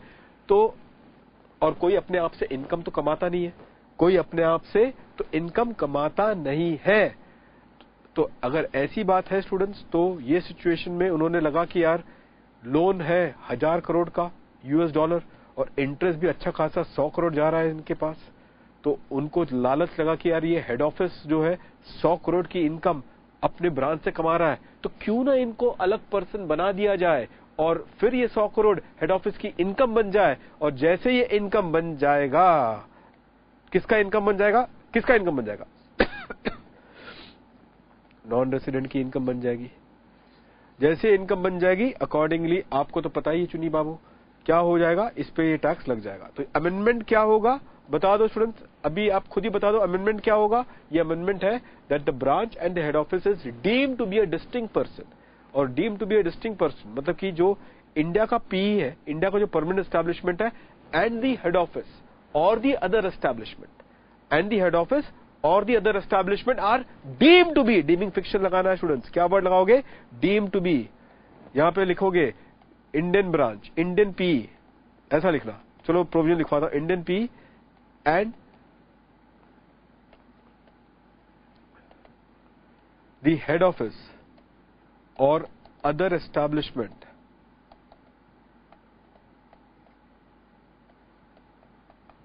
ऑफ द बैंकिंग कंपनी, ये सिर्फ बैंकिंग कंपनी के लिए ध्यान रखना students, outside India is deemed to be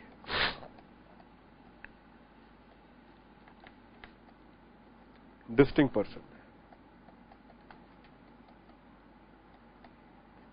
Is deemed to be a distinct person. ठीक है स्टूडेंट्स, अब डिस्टिंक्ट पर्सन हो गया तो उसका कॉन्सिक्वेंस, ये अमेंडमेंट लिख दिया आपने, हाँ लिख दिया, ये अमेंडमेंट है स्टूडेंट्स, लेकिन एग्जामिनेशन में ऐसा लिखना क्योंकि आरटीपी में भी है, तो ये अमेंडमेंट, इसके कॉन्सिक्वेंस क्या होगा, फिर कॉन्सिक्वेंस भी लिखोगे आप। ये अमेंडमेंट लिखने के बाद कॉन्सिक्वेंस लिखना, सिर्फ अमेंडमेंट लिख के फायदा नहीं है, यही तो दिक्कत है। आपने अब तक क्या पढ़ा था, सिर्फ ऐसे ही पढ़ कर जाते हो, आपको तो प्रेजेंटेशन करना आता तो है नहीं, सिखाया तो कभी गया नहीं था, तो कॉन्सिक्वेंस भी लिखना है इसमें। इसका कॉन्सिक्वेंस ये होगा कि इनकम जो है, इनकम जो होगा of ₹100 crore, interest income of 100 crore shall deem to accrue or arise in India, shall deem to accrue or arise in India, किसको, to foreign HO, किस सेक्शन में ये इनकम आने जाएगा, 915 में। तो ये एक पर्टिकुलर पॉइंट हो गया स्टूडेंट्स। इसके बाद स्टूडेंट्स इंटरनेशनल टैक्सेशन में अपार्ट फ्रॉम एडीआर जीडीआर का अमेंडमेंट, जो वीडियो आपके पास उपलब्ध है, वो अमेंडमेंट एडीआर जीडीआर, देखो ये अमेंडमेंट इंटरनेशनल टैक्सेशन में जो अभी भी मैंने करवाया, प्लस एडीआर जीडीआर, मुझे लग रहा है ये भी ज्यादा इंपॉर्टेंट हो सकता है, प्लीज देख के आना, उस पर मैंने प्रैक्टिकल प्रॉब्लम सॉल्व कर दिए। Apart from that students 90 and 91 पे ये डबल टैक्सेशन रिलीफ है, DTAA का ही है। लास्ट अटेम्प्ट में पूछ लिया गया है, लेकिन रेगुलर और कैप्सूल वाले उसको क्विक रीड तो एक बार कर लेना, क्योंकि आपने तो कंसेप्चुअली समझा भी है। इस बार एक्सपेक्टेड अगर होगा ये डबल टैक्सेशन रिलीफ तो 91 से हो सकता है, क्योंकि लास्ट अटेम्प्ट में 90 पूछा था, लेकिन इसका मतलब पूछ लिया है तो इसको आप ज्यादा से ज्यादा मैक्सिमम सिर्फ और सिर्फ 20 मिनट दोगे, 20 से 30 मिनट। ये रिलीफ वाले प्रोविजन डबल टैक्सेशन एग्रीमेंट के कॉन्टेक्स्ट में, जैसे हमने कुछ पॉइंट्स हमने रखे थे, आर्टिकल 7 कुछ हमने बात रखी थी, टाई ब्रेक रूल था, उस पर भी हमने कुछ चर्चा की थी, जो क्लास में छोटी मोटी चर्चा की थी ना, तो 20 से 30 मिनट तक जल्दी कंप्लीट कर लेना, कुछ ज्यादा ये नहीं है। 91 स्टूडेंट्स बहुत आसान है। अब 91 के कॉन्टेक्स्ट में स्टूडेंट्स यहाँ पे आपको एक रेसिडेंट का ना एक क्वेश्चन दे दिया जाएगा, प्रैक्टिकली बनेगा, ये भी ये क्वेश्चन प्रैक्टिकल बनेगा अगर बनेगा तो एक रेसिडेंट पर्सन है, रेसिडेंट पर्सन होगा, इंडिया का रेसिडेंट पर्सन है, और उसने क्या किया होगा, फॉरेन इनकम, उसने क्या किया होगा, फॉरेन इनकम कमाया है, फॉरेन इनकम कमाया है, हाँ अच्छा। अब ये फॉरेन इनकम कमाया है, अकॉर्डिंगली स्टूडेंट्स थोड़ा सा ध्यान दीजिए, फॉरेन इनकम जो उसने कमाया है उस पे उसने टैक्स पे किया है, पेड इन फॉरेन कंट्री, चलो ये भी हो गया, टैक्स उसने फॉरेन कंट्री में पे किया। फिर क्या हो गया, such income shall be considered in computation, किसकी कंप्यूटेशन में, in computation of total income of the resident, इसको आप कंसिडर कर लेना कंप्यूटेशन ऑफ टोटल इनकम में, ठीक है ना। और फिर उसके बाद क्या करोगे, ये फॉरेन इनकम को क्या करना, फिर आप टैक्स लायबिलिटी कैलकुलेट करना, टैक्स लायबिलिटी कैलकुलेट कीजिएगा, और ध्यान रखना नजर पैनी होनी चाहिए, 87A का इफेक्ट देख लेना, चेक कर लेना कि 87A एप्लीकेबल हो रहा है कि नहीं, 5 लाख तक का वाला कैटेगरी, ठीक है, मत भूलना। इसमें आपके लिए अमेंडमेंट आपका 2000 का मैक्सिमम रिबेट है इस कॉन्टेक्स्ट में। एनीवे टैक्स लायबिलिटी कैलकुलेट करेंगे इंक्लूडिंग सेस तक, टैक्स लायबिलिटी कैलकुलेट कीजिएगा, इंक्लूडिंग सेस एंड रिबेट जो होगा, और फिर बाद में आप क्या करोगे, रिलीफ दोगे अंडर सेक्शन 91। तो पहले रिबेट होता, उसके बाद रिलीफ होता। अच्छा, ये रिबेट के बाद आप, अच्छा 87A का रिबेट टैक्स पे होता है, उसके बाद सेस जाता है। 87A का अल्टीमेटली क्या होगा, रिबेट आप दोगे, उसके बाद रिबेट के बाद जो नेट टैक्स होगा, कैलकुलेशन पे ध्यान रखना, 87A का रिबेट दोगे टैक्स के अमाउंट से, फिर जो नेट टैक्स होगा उस पे आपको सेस 3% लगाना है।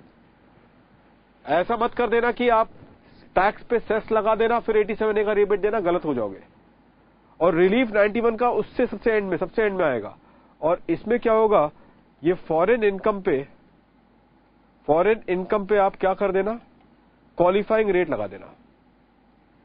क्वालिफाइंग रेट क्यूआर का फुल फॉर्म क्या है, क्वालिफाइंग रेट। क्वालिफाइंग रेट क्या है, lower of what, lower of the two. वो दो क्या चीज है, जल्दी बता दें आप लोग। वन इज, बताइए जल्दी, दी फॉरेन टैक्स रेट, और दूसरा क्या है, एवरेज टैक्स रेट। अच्छा, एवरेज टैक्स रेट क्या आ गया, एवरेज टैक्स रेट कैसा आएगा, जो टैक्स लायबिलिटी है ऊपर जो कैलकुलेट किया इंक्लूडिंग सेस तक का जो टैक्स लायबिलिटी है divided by the total income, ये आपको एवरेज टैक्स रेट देगा। तो फॉरेन टैक्स रेट और एवरेज टैक्स रेट का कंपैरिजन कर ले, उसमें से जो भी कम रहेगा वो बन जाएगा क्वालिफाइंग रेट। ये क्वालिफाइंग रेट आप फॉरेन इनकम पे लगा देना, मिल जाएगा आपको, क्या मिल जाएगा आपको, द रिलीफ अंडर सेक्शन 91। और फिर फाइनली आपको क्या आ जाएगा, दी टैक्स लायबिलिटी।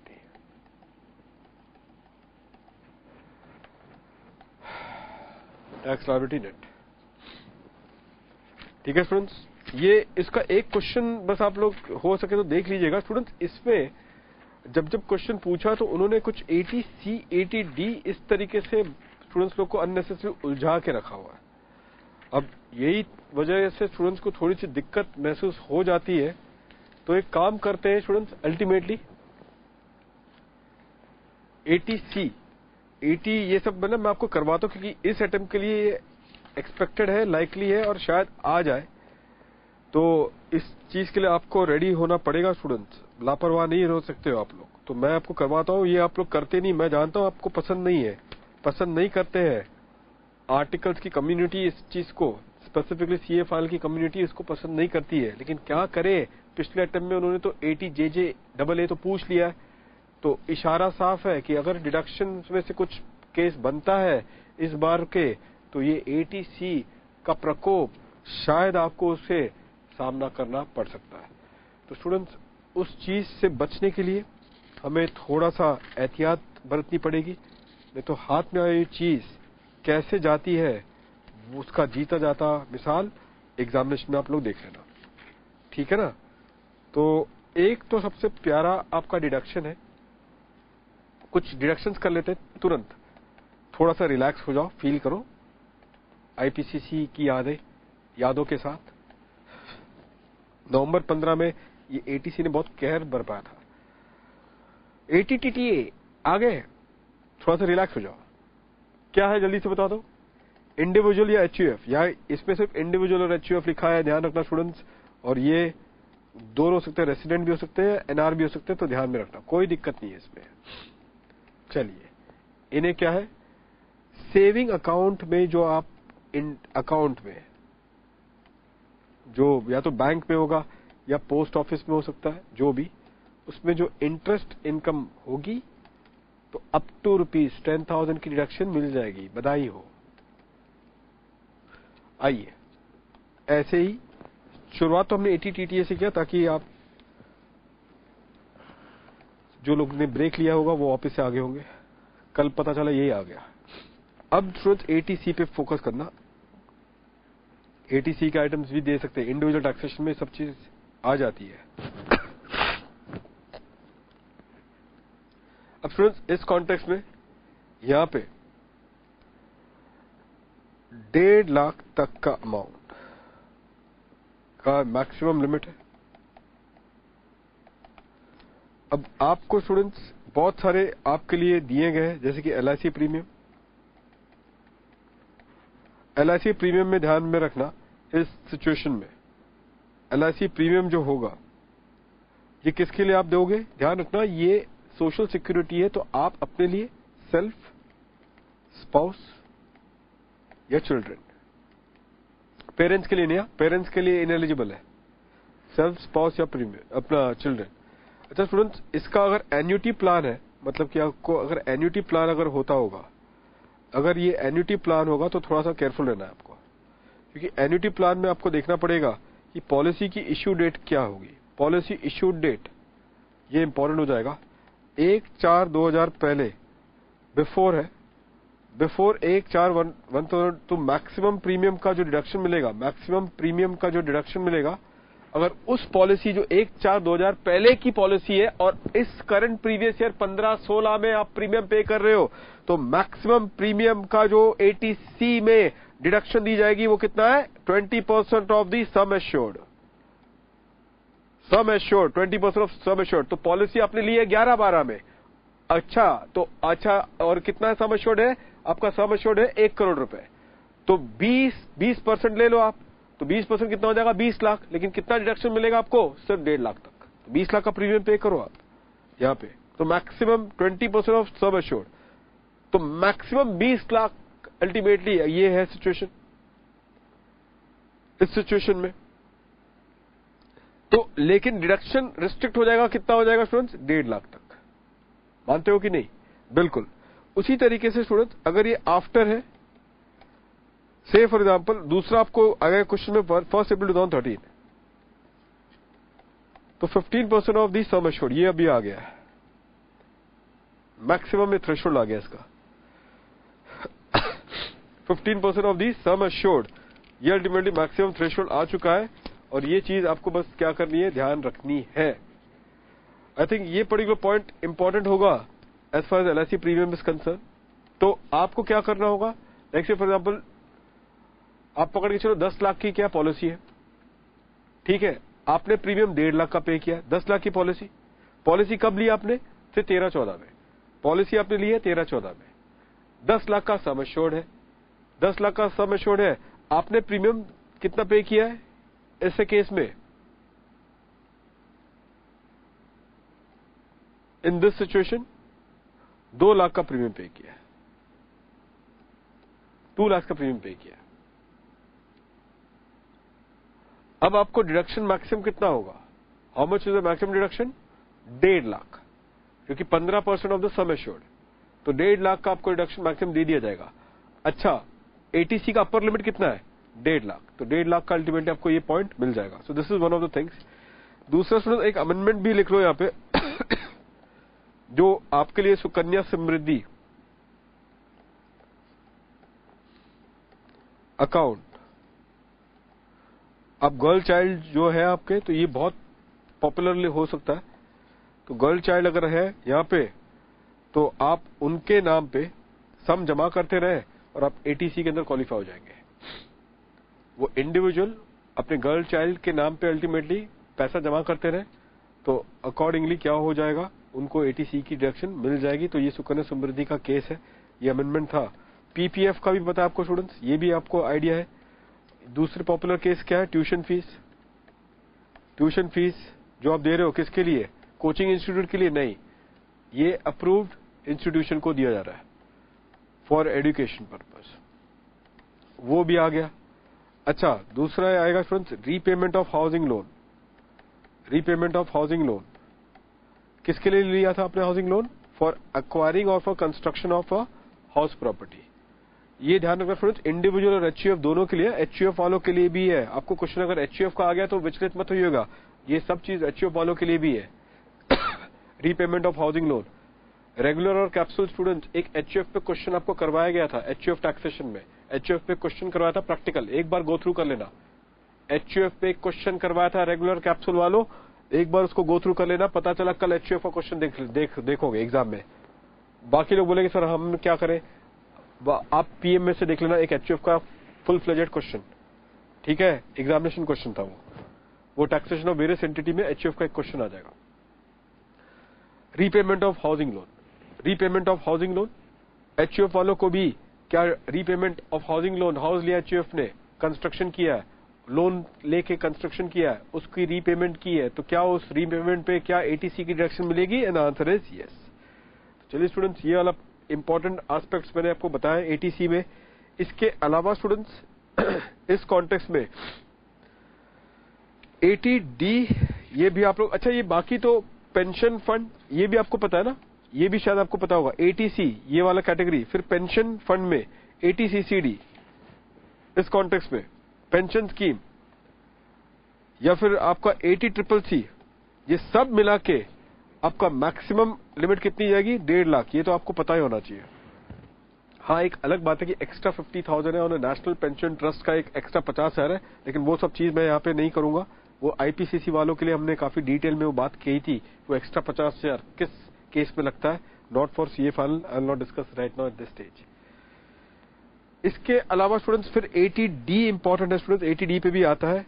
और एटीडी के कॉन्टेस्ट में, एटीडी के कॉन्टेस्ट में स्टूडेंट्स नोटिस करना, मैक्सिमम 60,000 तक का डिडक्शन जा सकता है, 60,000 जा सकता है स्टूडेंट्स। एटीडी आपको बस दो चीज ध्यान रखना आप लोग। देखिए एटीडी के कॉन्टेस्ट में ये सब मेडिकल प्रीमियम है, मेडिकल इंश्योरेंस प्रीमियम है, ये सबको पता है। अब ऐसे सिचुएशन में स्टूडेंट्स आप अपने लिए मेडिकल प्रीमियम, आप अपने लिए फैमिली, मतलब अपने फैमिली के लिए जो स्पाउस, चिल्ड्रन यहां पे होने चाहिए, तो ऐसे केस में फैमिली का मतलब यहां पर होगा या तो आप अपने लिए करें, मतलब स्पाउस के लिए करें, हिमसेल्फ, स्पाउस और डिपेंडेंट चिल्ड्रन, या फिर पेरेंट्स के लिए,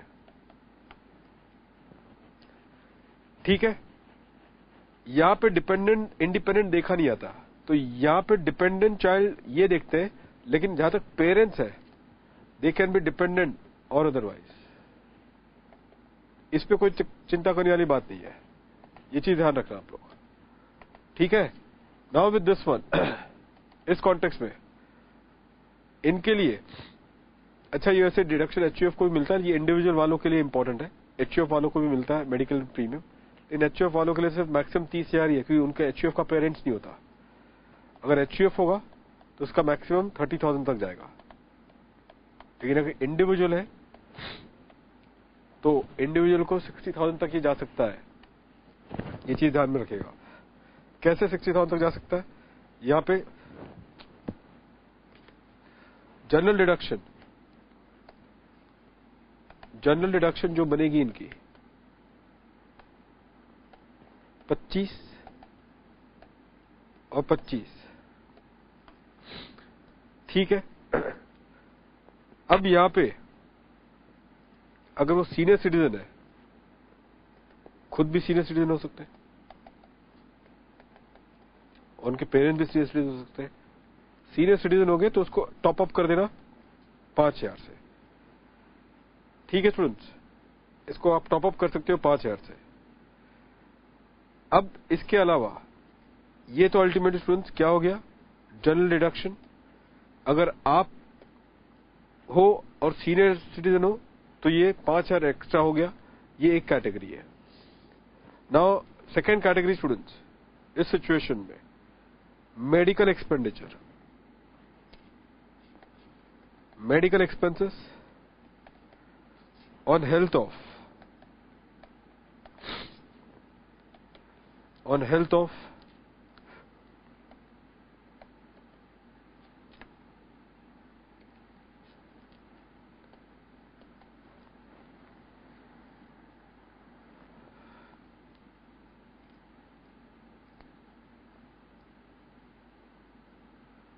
person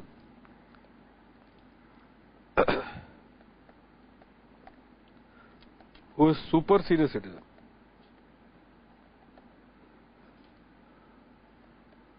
कोई अगर सुपर सीनियर सिटीजन निकल जाए तो स्टूडेंट्स वो खुद सुपर सीनियर सिटीजन हो सकते हैं। तो ऐसे केस में 30 हजार का। अच्छा, इनके लिए स्टूडेंट्स मेडिकल एक्सपेंस है, प्रीमियम नहीं, क्योंकि इनके लिए पॉलिसी बनती नहीं। आपको पता ही है कि अगर आप सुपर सीनियर सिटीजन हो तो आपकी उम्र क्या होगी, आपकी उम्र क्या हो जाएगी।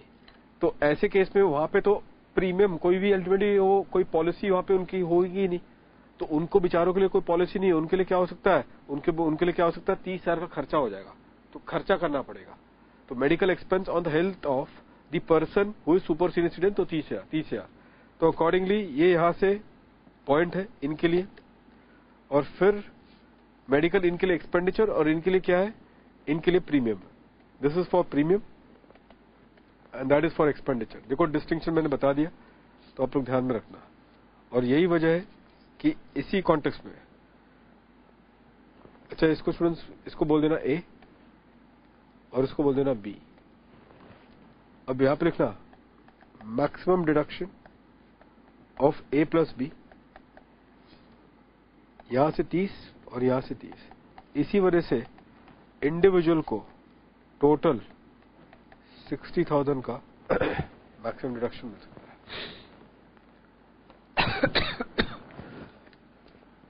ए प्लस बी का मैक्सिमम डिडक्शन मिल सकता है। ठीक है फ्रेंड्स, तो ये पर्टिकुलर पॉइंट मैंने आपको बता दिया है इस कॉन्टेक्स्ट में, and I think this is all that you should know about it.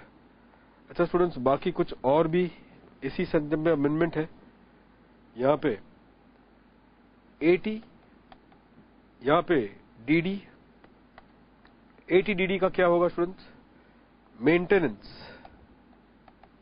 Expenditure including treatment. Maintenance including treatment किसकी हो रही है, डिपेंडेंट पर्सन, डिपेंडेंट पर्सन। तो स्टूडेंट इनके लिए ये डीडी का होगा एप्लीकेबल। मेंटेनेंस लिखा including treatment of dependent person, तो ऐसा हो सकता है कि बोला जाएगा क्वेश्चन में कि ये रेसिडेंट है, इसके ये डिपेंडेंट पर्सन है, ये क्वेश्चन हो सकता है। ये ध्यान रखना, ये अभी 91 करवाया था ना आपको, 91, उसमें 80 डीडी का क्वेश्चन काफी आया था कि ये एक ऐसे पर्सन है। और उसमें 91 में क्या होता है, आपको टोटल टैक्स लायबिलिटी कैलकुलेट करनी पड़ती है, तो उसमें 80 डबल डी बहुत टाइम पूछा है क्वेश्चन में, क्योंकि जीटीआई के बाद आपको चैप्टर 6 से आएगा। चैप्टर 6 में 80C 80D, ये 80 डीडी का क्वेश्चन भी आया था उसमें। तो ये हो सकता है कि वो रेसिडेंट है जिसका फॉरेन इनकम है, वो फॉरेन इनकम है, लेकिन उसके घर पे एक ऐसा पर्सन है जो उस पर पूरी तरह से डिपेंडेंट है for their maintenance including their medical treatment. तो ऐसे सिचुएशन में स्टूडेंट्स इनके लिए एप्लीकेबल, ये किसके लिए, रेसिडेंट इंडिविजुअल के लिए या एचयूएफ। तो ये सिचुएशन में क्या होगा, इस सिचुएशन में 75,000 for normal disability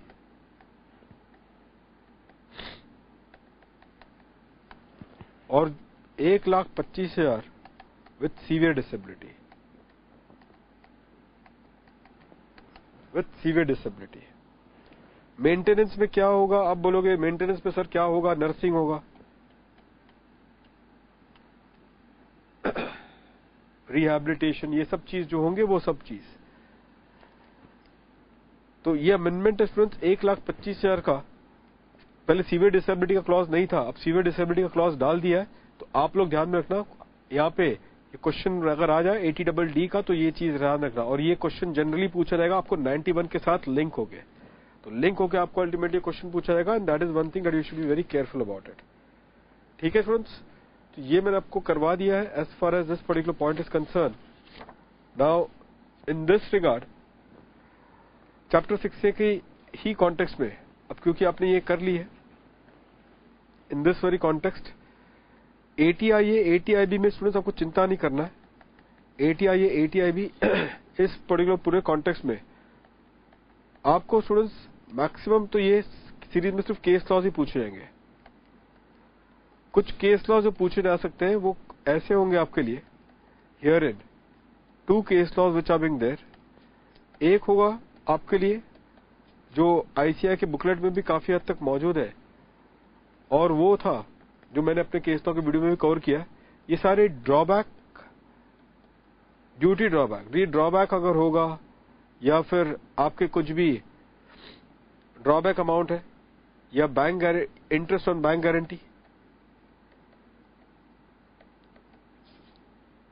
guarantee,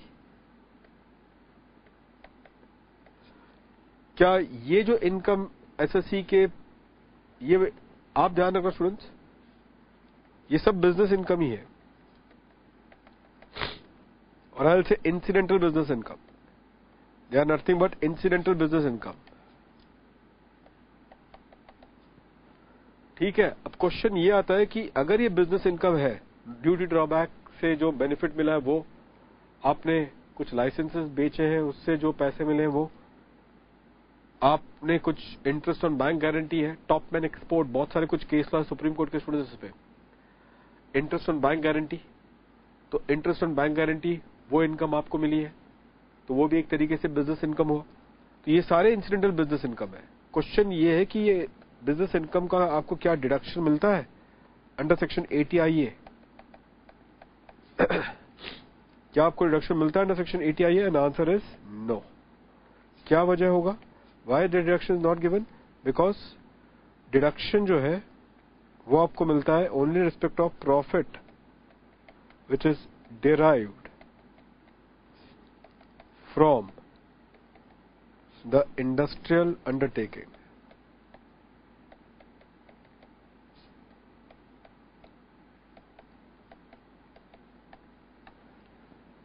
Profit derived from the industrial undertaking.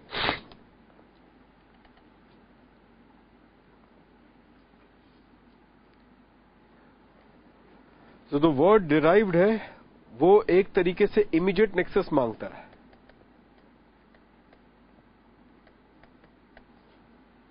immediate nexus चाहिए, किससे किसके साथ? immediate nexus किससे और किसके साथ चाहिए उसको? It is requiring from the eligible activity, जो undertaking की eligible activity है वो, and the profit.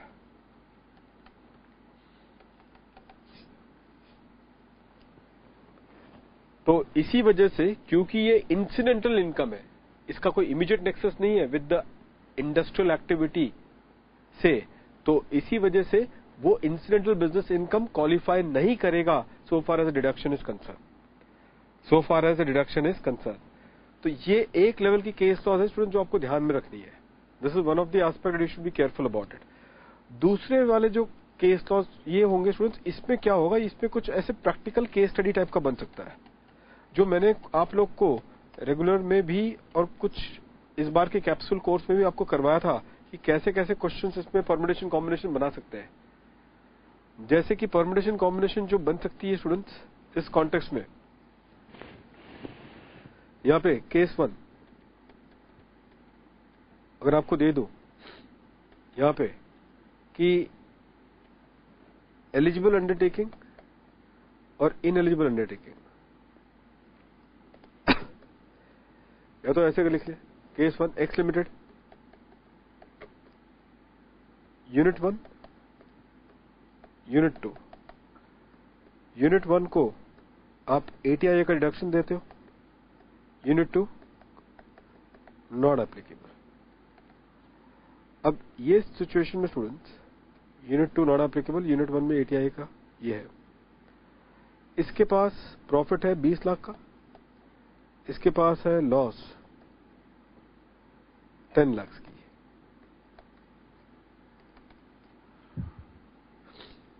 तो क्वेश्चन ये आएगा is whether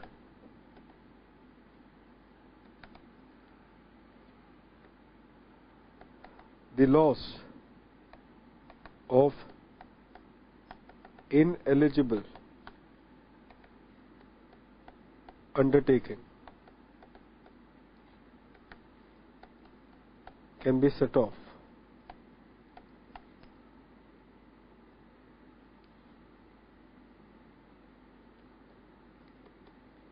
in computing the eligible profit for deduction.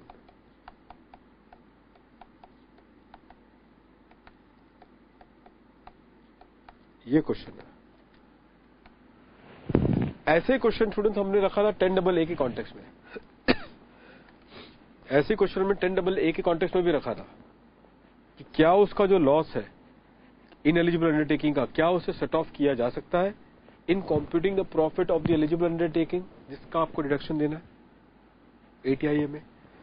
Students notice करना 10AA में भी यही दिक्कत होती है। ये अगर कर ही रहे तो मैं 10AA का भी पॉइंट बता देता हूं ताकि वो रिवीजन आपका 10AA का हो जाएगा, क्योंकि बाकी 10AA में तो कुछ दम ही नहीं है। 10AA का क्या करते हो, प्रोपोर्शनेट प्रॉफिट लेते हो। 10AA में तो दो ही क्वेश्चन बनता है। एक क्वेश्चन ये है कि 10AA में आपको या तो इश्यू बेस्ड होगा, जो ये इश्यूज जो मैं सामने रख रहा हूं, या फिर प्रैक्टिकल क्वेश्चन, वो AMT से लिंक्ड है। एक क्वेश्चन AMT से लिंक्ड 10AA का है स्टूडेंट्स, एक क्वेश्चन AMT से लिंक्ड है विद 10AA। आपको पता होना चाहिए। 10AA किया होगा तो आपको आइडिया रहना चाहिए कि हाँ बहुत तो आसान है, उसमें कौन सी बड़ी बात है। 10AA का डिडक्शन टोटल इनकम से लिया था हमने, फिर हमने क्या कर दिया होगा, AMT के कैलकुलेशन में वो डिडक्शन को एड बैक कर दिया था to determine the adjusted total income. और फिर हमने क्या की, AMT की लायबिलिटी लाई और वो AMT की लायबिलिटी कंपेयर किया with the normal liability under the normal provision of the income tax. Compare करके whichever is higher was the final liability of the person being the non corporate entity के लिए था वो। तो 10AA पे या तो प्रैक्टिकल क्वेश्चंस पूछेंगे, जो एक क्वेश्चन देख लेना ICAI के PM में भी मिल जाएगा आपको पहले टॉपिक में, जो आपका income which does not form part of total income है, या फिर हमने रेगुलर कैप्सूल बच्चों आपको तो करवा दिया था ये चीज, तो वहां पे देख लेना, तो उसमें भी आपको इस चीज का आपको मिल जाएगा। सेकंड जो इश्यूज आ सकती है 10AA के कॉन्टेक्स्ट में, वो ये सिचुएशन है जो मैं आपके सामने रख रहा हूं। जो मैंने सेम मुद्दा जो ATIA के लिए रखा है, वो सेम मुद्दा मैं 10AA 10B उसके लिए भी रखता हूं। ATIA के लिए जो मैंने रखा वो सब 10AA के लिए भी रखते हैं। एक बार वापस स्लाइड दिखाना कि अगर से यूनिट 1 और ये यूनिट 2 सेम फिगर लेते हैं हम लोग स्टूडेंट्स, यूनिट 1 एंड यूनिट 2 से, ये 20 लाख का इसका प्रॉफिट है और इसका ये लॉस है 10 लाख का।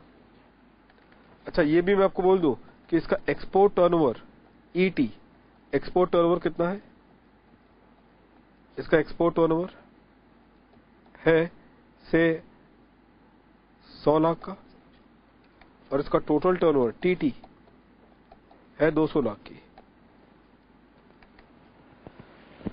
अगर ये आपको डेटा दे दिया जाए तो अब आप बताओ क्या करोगे ऐसे स्थिति में। आप स्टूडेंट्स ऐसे केस में क्या करते हो 10AA के कॉन्टेस्ट में, जल्दी बताओ, ये सिचुएशन में क्या करोगे, अरे बताओ।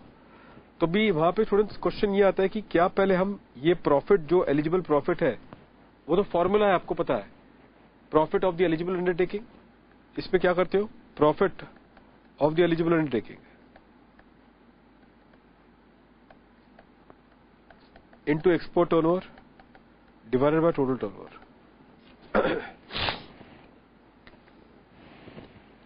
Profit of the eligible undertaking into export turnover divided by total turnover. और इसका आप क्या करोगे, 100% ले लेना अगर फर्स्ट 5 years है तो ऑपरेशन का। अगर क्वेश्चन में दिया है कि वो SEZ यूनिट का पहला 5 साल का ऑपरेशन है तो उसका 100% ले लीजिए। अगर 5 से लेकर 10 साल के बीच में तो यही फॉर्मूला का 50% ले लेना फॉर 6 to 10th ईयर। आप उसका क्या कर लेना, 50% ले लेना। ठीक है students, now with this one अब आप थोड़ा सा ध्यान दीजिएगा स्टूडेंट्स, 20 लाख और 10 लाख। अब क्वेश्चन ये आ रहा है कि क्या मैं इसके प्रॉफिट को सेट ऑफ कर लूं और नेट पे ये प्रोपोर्शन लगाऊं। तो एक स्टूडेंट्स प्रिजम्पशन है, यहां पे ध्यान रखना, प्रिजम्पशन लिया जाता है। And what is that presumption, presumption ये है that the profit of the eligible undertaking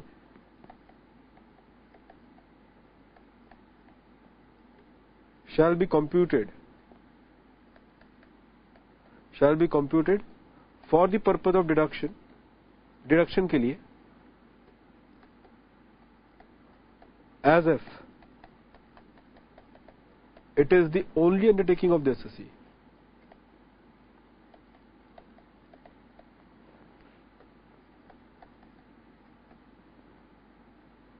ये लिखवा रहा हूं आपको क्योंकि आप लिख नहीं पाओगे एग्जामिनेशन में, इसके लिए एक बार लिख लो, यहाँ पे फाइनल लिख लो, कल लिख देना बाद में एग्जामिनेशन में अगर आ जाए तो, अदरवाइज आप लिख ही नहीं पाओगे और लिखोगे नहीं तो मार्क्स ही नहीं मिलेंगे.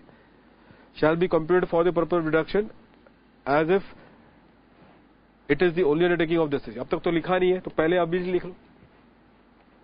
रेगुलर कैप्सूल आपकी तैयारी तो करवा दी थी हमने लिख के. तो ऐसे सिचुएशन में स्टूडेंट्स, तो जब हम इसकी प्रॉफिट को कंप्यूट करेंगे स्टूडेंट्स, ध्यान से देखिएगा, इनकी जो प्रॉफिट को कंप्यूट करेंगे तो हम ऐसे कंप्यूट करेंगे कि ये पर्टिकुलर अंडरटेकिंग एसएससी का इकलौता अंडरटेकिंग है. इसी वजह से हमें अल्टीमेटली क्या करना होगा, यूनिट 2 को पूरी तरह से नजरअंदाज कर देना होगा, इग्नोर कर देना होगा. ये है द फिक्शन, एक प्रिजम्पशन जो किया गया है, this is the fiction that has been introduced. और इसी फिक्शन के बेसिस पे नोटिस करा स्टूडेंट्स, टोटल इनकम ये आप कंप्यूट करना. टोटल इनकम ये जो होगा, बी केयरफुल नाउ, ये जो टोटल इनकम होगा, अब जब कंप्यूट करोगे आप तो पीजीवीपी की बारी आएगी. पीजीवीपी की जब बारी आएगी तो आप क्या करेंगे, यूनिट 1 का बताओ कितना स्टूडेंट्स, हियर इन 20 लाख. ये इनर कॉलम ले लेना, अमाउंट एन अमाउंट, तो ये 20 लाख का है यूनिट 1 का अमाउंट. और less what, the deduction under section 10AA. देखो प्रेजेंटेशन पे खास ध्यान रखना. तो जब प्रॉफिट कैलकुलेट की जाती है तो हम ये मान के चलते हैं कि ये अंडरटेकिंग एसएससी का इकलौता अंडरटेकिंग है. तो क्या कैसे होगा यहां पे देखो, तो ये प्रॉफिट कितनी होगी, ओनली 20 लाख. किसकी वजह से, ये प्रिजम्पशन की वजह से, ये प्रिजम्पशन किया ना ऊपर, उसकी वजह से. मतलब हमें इनएलिजिबल अंडरटेकिंग का लॉस की सेट ऑफ नहीं लेनी है. हमें इनएलिजिबल अंडरटेकिंग का लॉस की सेट ऑफ नहीं लेनी है. तो उसकी लॉस की सेट ऑफ आप नहीं लोगे तो देखिए स्टूडेंट्स, 20 लाख आपको आ गया और ये 20 लाख को आप क्या करोगे, export turnover 100 lakh divide by total turnover 200 lakh. तो ये डिडक्शन आपको मिल जाएगी. तो कितना हो गया डिडक्शन, 10 लाख का. अब ये 10 लाख अल्टीमेटली आ जाए तो अब बैलेंस आप बाहर ले लेना, यूनिट 1 का 10 लाख आ गया. अब फिर यूनिट 2 जो है आपका, यूनिट 2 का तो आपके पास लॉस है. अच्छा, एक बार डिडक्शन दे देने के बाद आपका बाहर देखो स्टूडेंट 10 लाख आ रहा है. 20 lakh into 1/2, 100 lakh divide by 200 lakh, तो 10 लाख बाहर आ रहा है. तो क्या अब यूनिट 2 की लॉस तो मैं वैसे का वैसे बाहर ले लूंगा. तो डिडक्शन के बाद फिर वो प्रॉफिट, डिडक्शन के बाद फिर क्या वो बैलेंस प्रॉफिट से सेट ऑफ करके आप अपना जीटीआई या आप अपना टोटल इनकम ला सकते हो? And answer is yes. आप अपना जीटीआई या फिर आप अपना टोटल इनकम ला सकते हो, ये मुमकिन है. This is a possibility which can not be ignored. लेकिन जो प्रॉफिट लाने का समय था उसमें ये प्रिजम्पशन हमें मारना जरूरी है. जो प्रिजम्पशन ऊपर दिया था ना, वो प्रिजम्पशन हमने मारना जरूरी है. वो प्रिजम्पशन मार के मैंने अपनी प्रॉफिट लाई और वो प्रॉफिट लाके अल्टीमेटली इस तरीके से हमने वर्किंग की, 10 लाख से नेट होके इस तरीके से आपका आंसर आ गया. फाइन स्टूडेंट्स, तो चलिए ये पर्टिकुलर पॉइंट मैंने आपको करवा दिया है. अब इसके बाद जो पॉइंट बचता है आप लोग के लिए, या ध्यान से देखिएगा. इसके बाद यही चीज आप बोलोगे सर हमने शुरुआत तो किया था एटीआईए से और आप 10AA में चले गए. हाँ, बात वही है.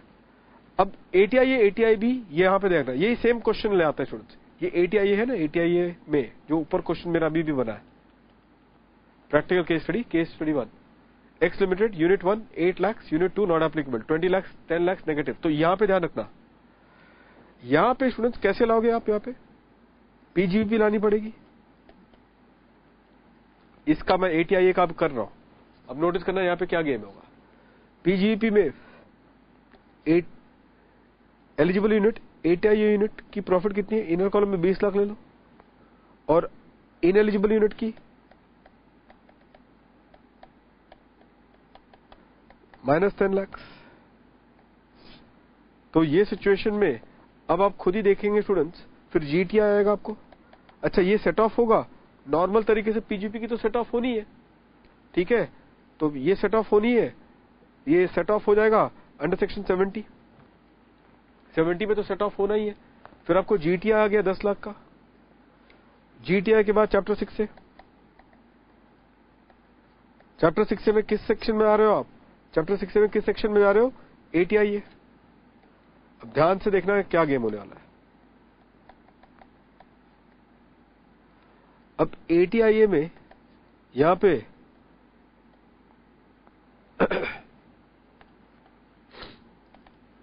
Profit of the eligible undertaking, EU is eligible undertaking, into इसका ATIA का परसेंटेज कितना लोगे आप एग्जाम में? 100%। ATIA का परसेंटेज कितना लोगे आप एग्जाम में? 100%, ठीक है। अब नोटिस करना स्टूडेंट्स, ये प्रॉफिट क्या होगा? एज पर द प्रिजम्पशन, जो प्रिजम्पशन लिखवा है ना आपको, इसको एक इकलौता ही मान के चलो स्टूडेंट्स। वो प्रिजम्पशन के हिसाब से क्या होगा कि ये यूनिट इकलौता यूनिट है। अगर ये यूनिट इकलौता यूनिट है उस प्रिजम्पशन के हिसाब से, तो वही है, that is the only unit of the SSC, यही तो है प्रिजम्पशन। तो उस प्रिजम्पशन के हिसाब से अगर हम वो एलिजिबल प्रॉफिट लाएं ऑफ द अंडरटेकिंग, तो ऐसे केस में कितना प्रॉफिट होगा? That profit therefore has to be without set off, without set off. तो उस हिसाब से तो 20 लाख आ गया। लेकिन स्टूडेंट्स, इस ATIA जो कि आपका चैप्टर 6A के अंदर आता है, बी केयरफुल, ATIA क्योंकि आपके चैप्टर 6A के अंदर आता है, तो चैप्टर 6A के अंदर आता है, तो जो भी डिडक्शन देना है, डिडक्शन जो आपको मिलना है would be in respect of, जो डिडक्शन मिलेगा बताएं आप students, would be in respect of, in respect of what?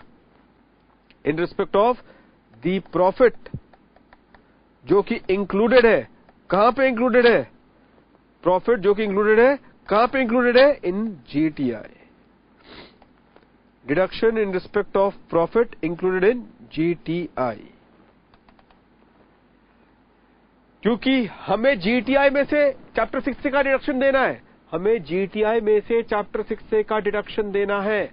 तो अगर हमें GTI में से चैप्टर 6 का डिडक्शन देना है स्टूडेंट्स, तो उसी तरीके से GTI में वो एलिजिबल अंडरटेकिंग का प्रॉफिट कितना है?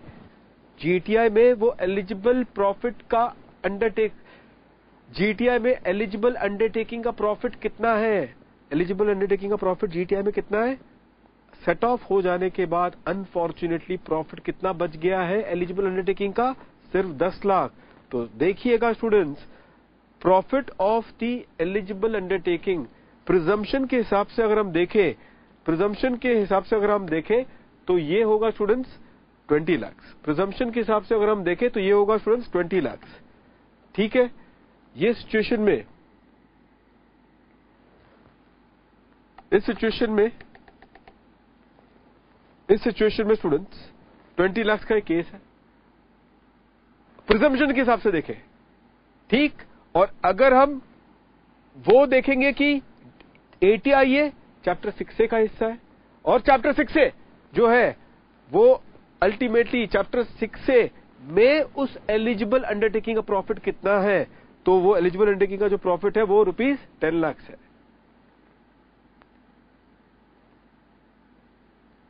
तो ऐसे केस में स्टूडेंट्स, ऐसे पर्टिकुलर केस में फाइनली हम क्या कंक्लूड करेंगे? ऐसे केस में हम फाइनली कंक्लूड करेंगे ये 10 लाख का ही डिडक्शन आपको मिलेगा। तो आप डिडक्शन 10 लाख का दोगे और फाइनली आपकी टोटल इनकम कितनी बनेगी? निल।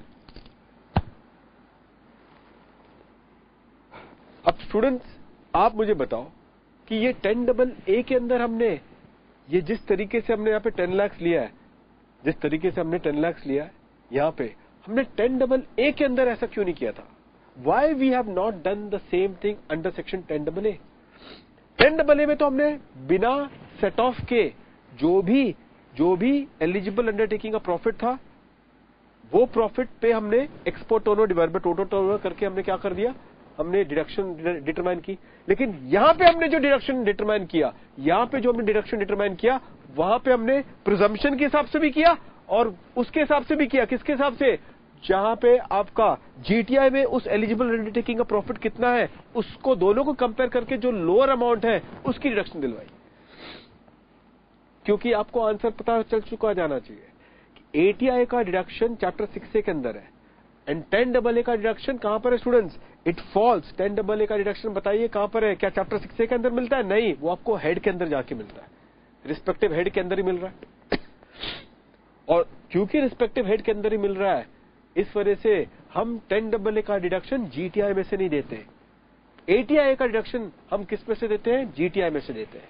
और इसी वजह से भले ही एटीआई के अंदर वो प्रिजम्पशन की लैंग्वेज लिखी गई है जो हमने 10AA में भी देखी है, उसके हिसाब से तो 20 लाख आपको आ रहा था प्रॉफिट, एलिजिबल प्रॉफिट, जिसपे आपको डिडक्शन मिलना था। लेकिन क्योंकि ये एटीआई का डिडक्शन जीटीआई से मिलता है, इस वजह से जीटीआई के अंदर वो एलिजिबल अंडरटेकिंग का कितना प्रॉफिट शामिल है, उतना प्रॉफिट तक का ही आपको डिडक्शन फाइनली दिया जाएगा। And that is what this particular entire situation is. Hopefully students आपने ये चीज को पकड़ ली होगी, ठीक है ना? तो ये आपका एटीआई 10AA में मैंने आपको बोला है कि एक क्वेश्चन देख लेना, वो एक एएमटी पे होगा एक क्वेश्चन, अल्टीमेटली वो देख लेना।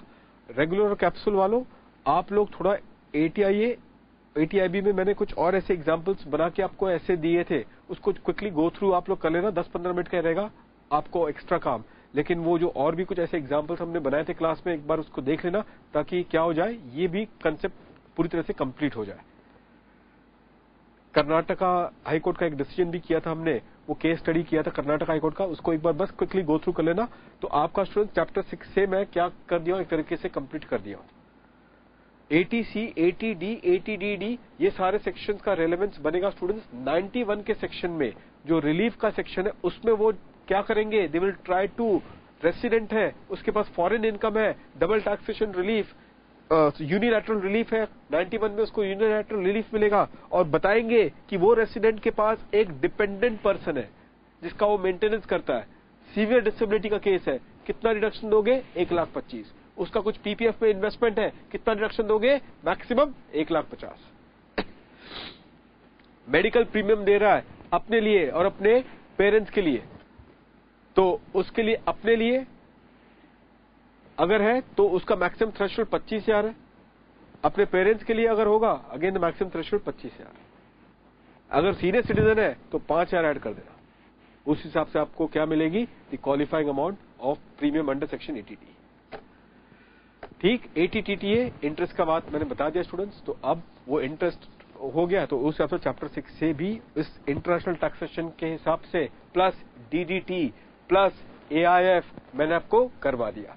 डीडीटी का स्टूडेंट्स एक क्वेश्चन नंबर 1 वो देख लेना, that should be all. Assessment procedure, return of income देखेंगे, assessment procedure, return of income देख लेंगे, वो उसके सेक्शंस, ठीक है। और उस पे जो अमेंडमेंट आया वो एक बार देख लेना। और बाकी केस लॉस के वीडियो में से केस लॉ देखेंगे, अपील, रिवीजन, केस लॉ के वीडियो में से केस लॉस देख लेना। एक्सपेक्टेड है, मोस्ट लाइकली है।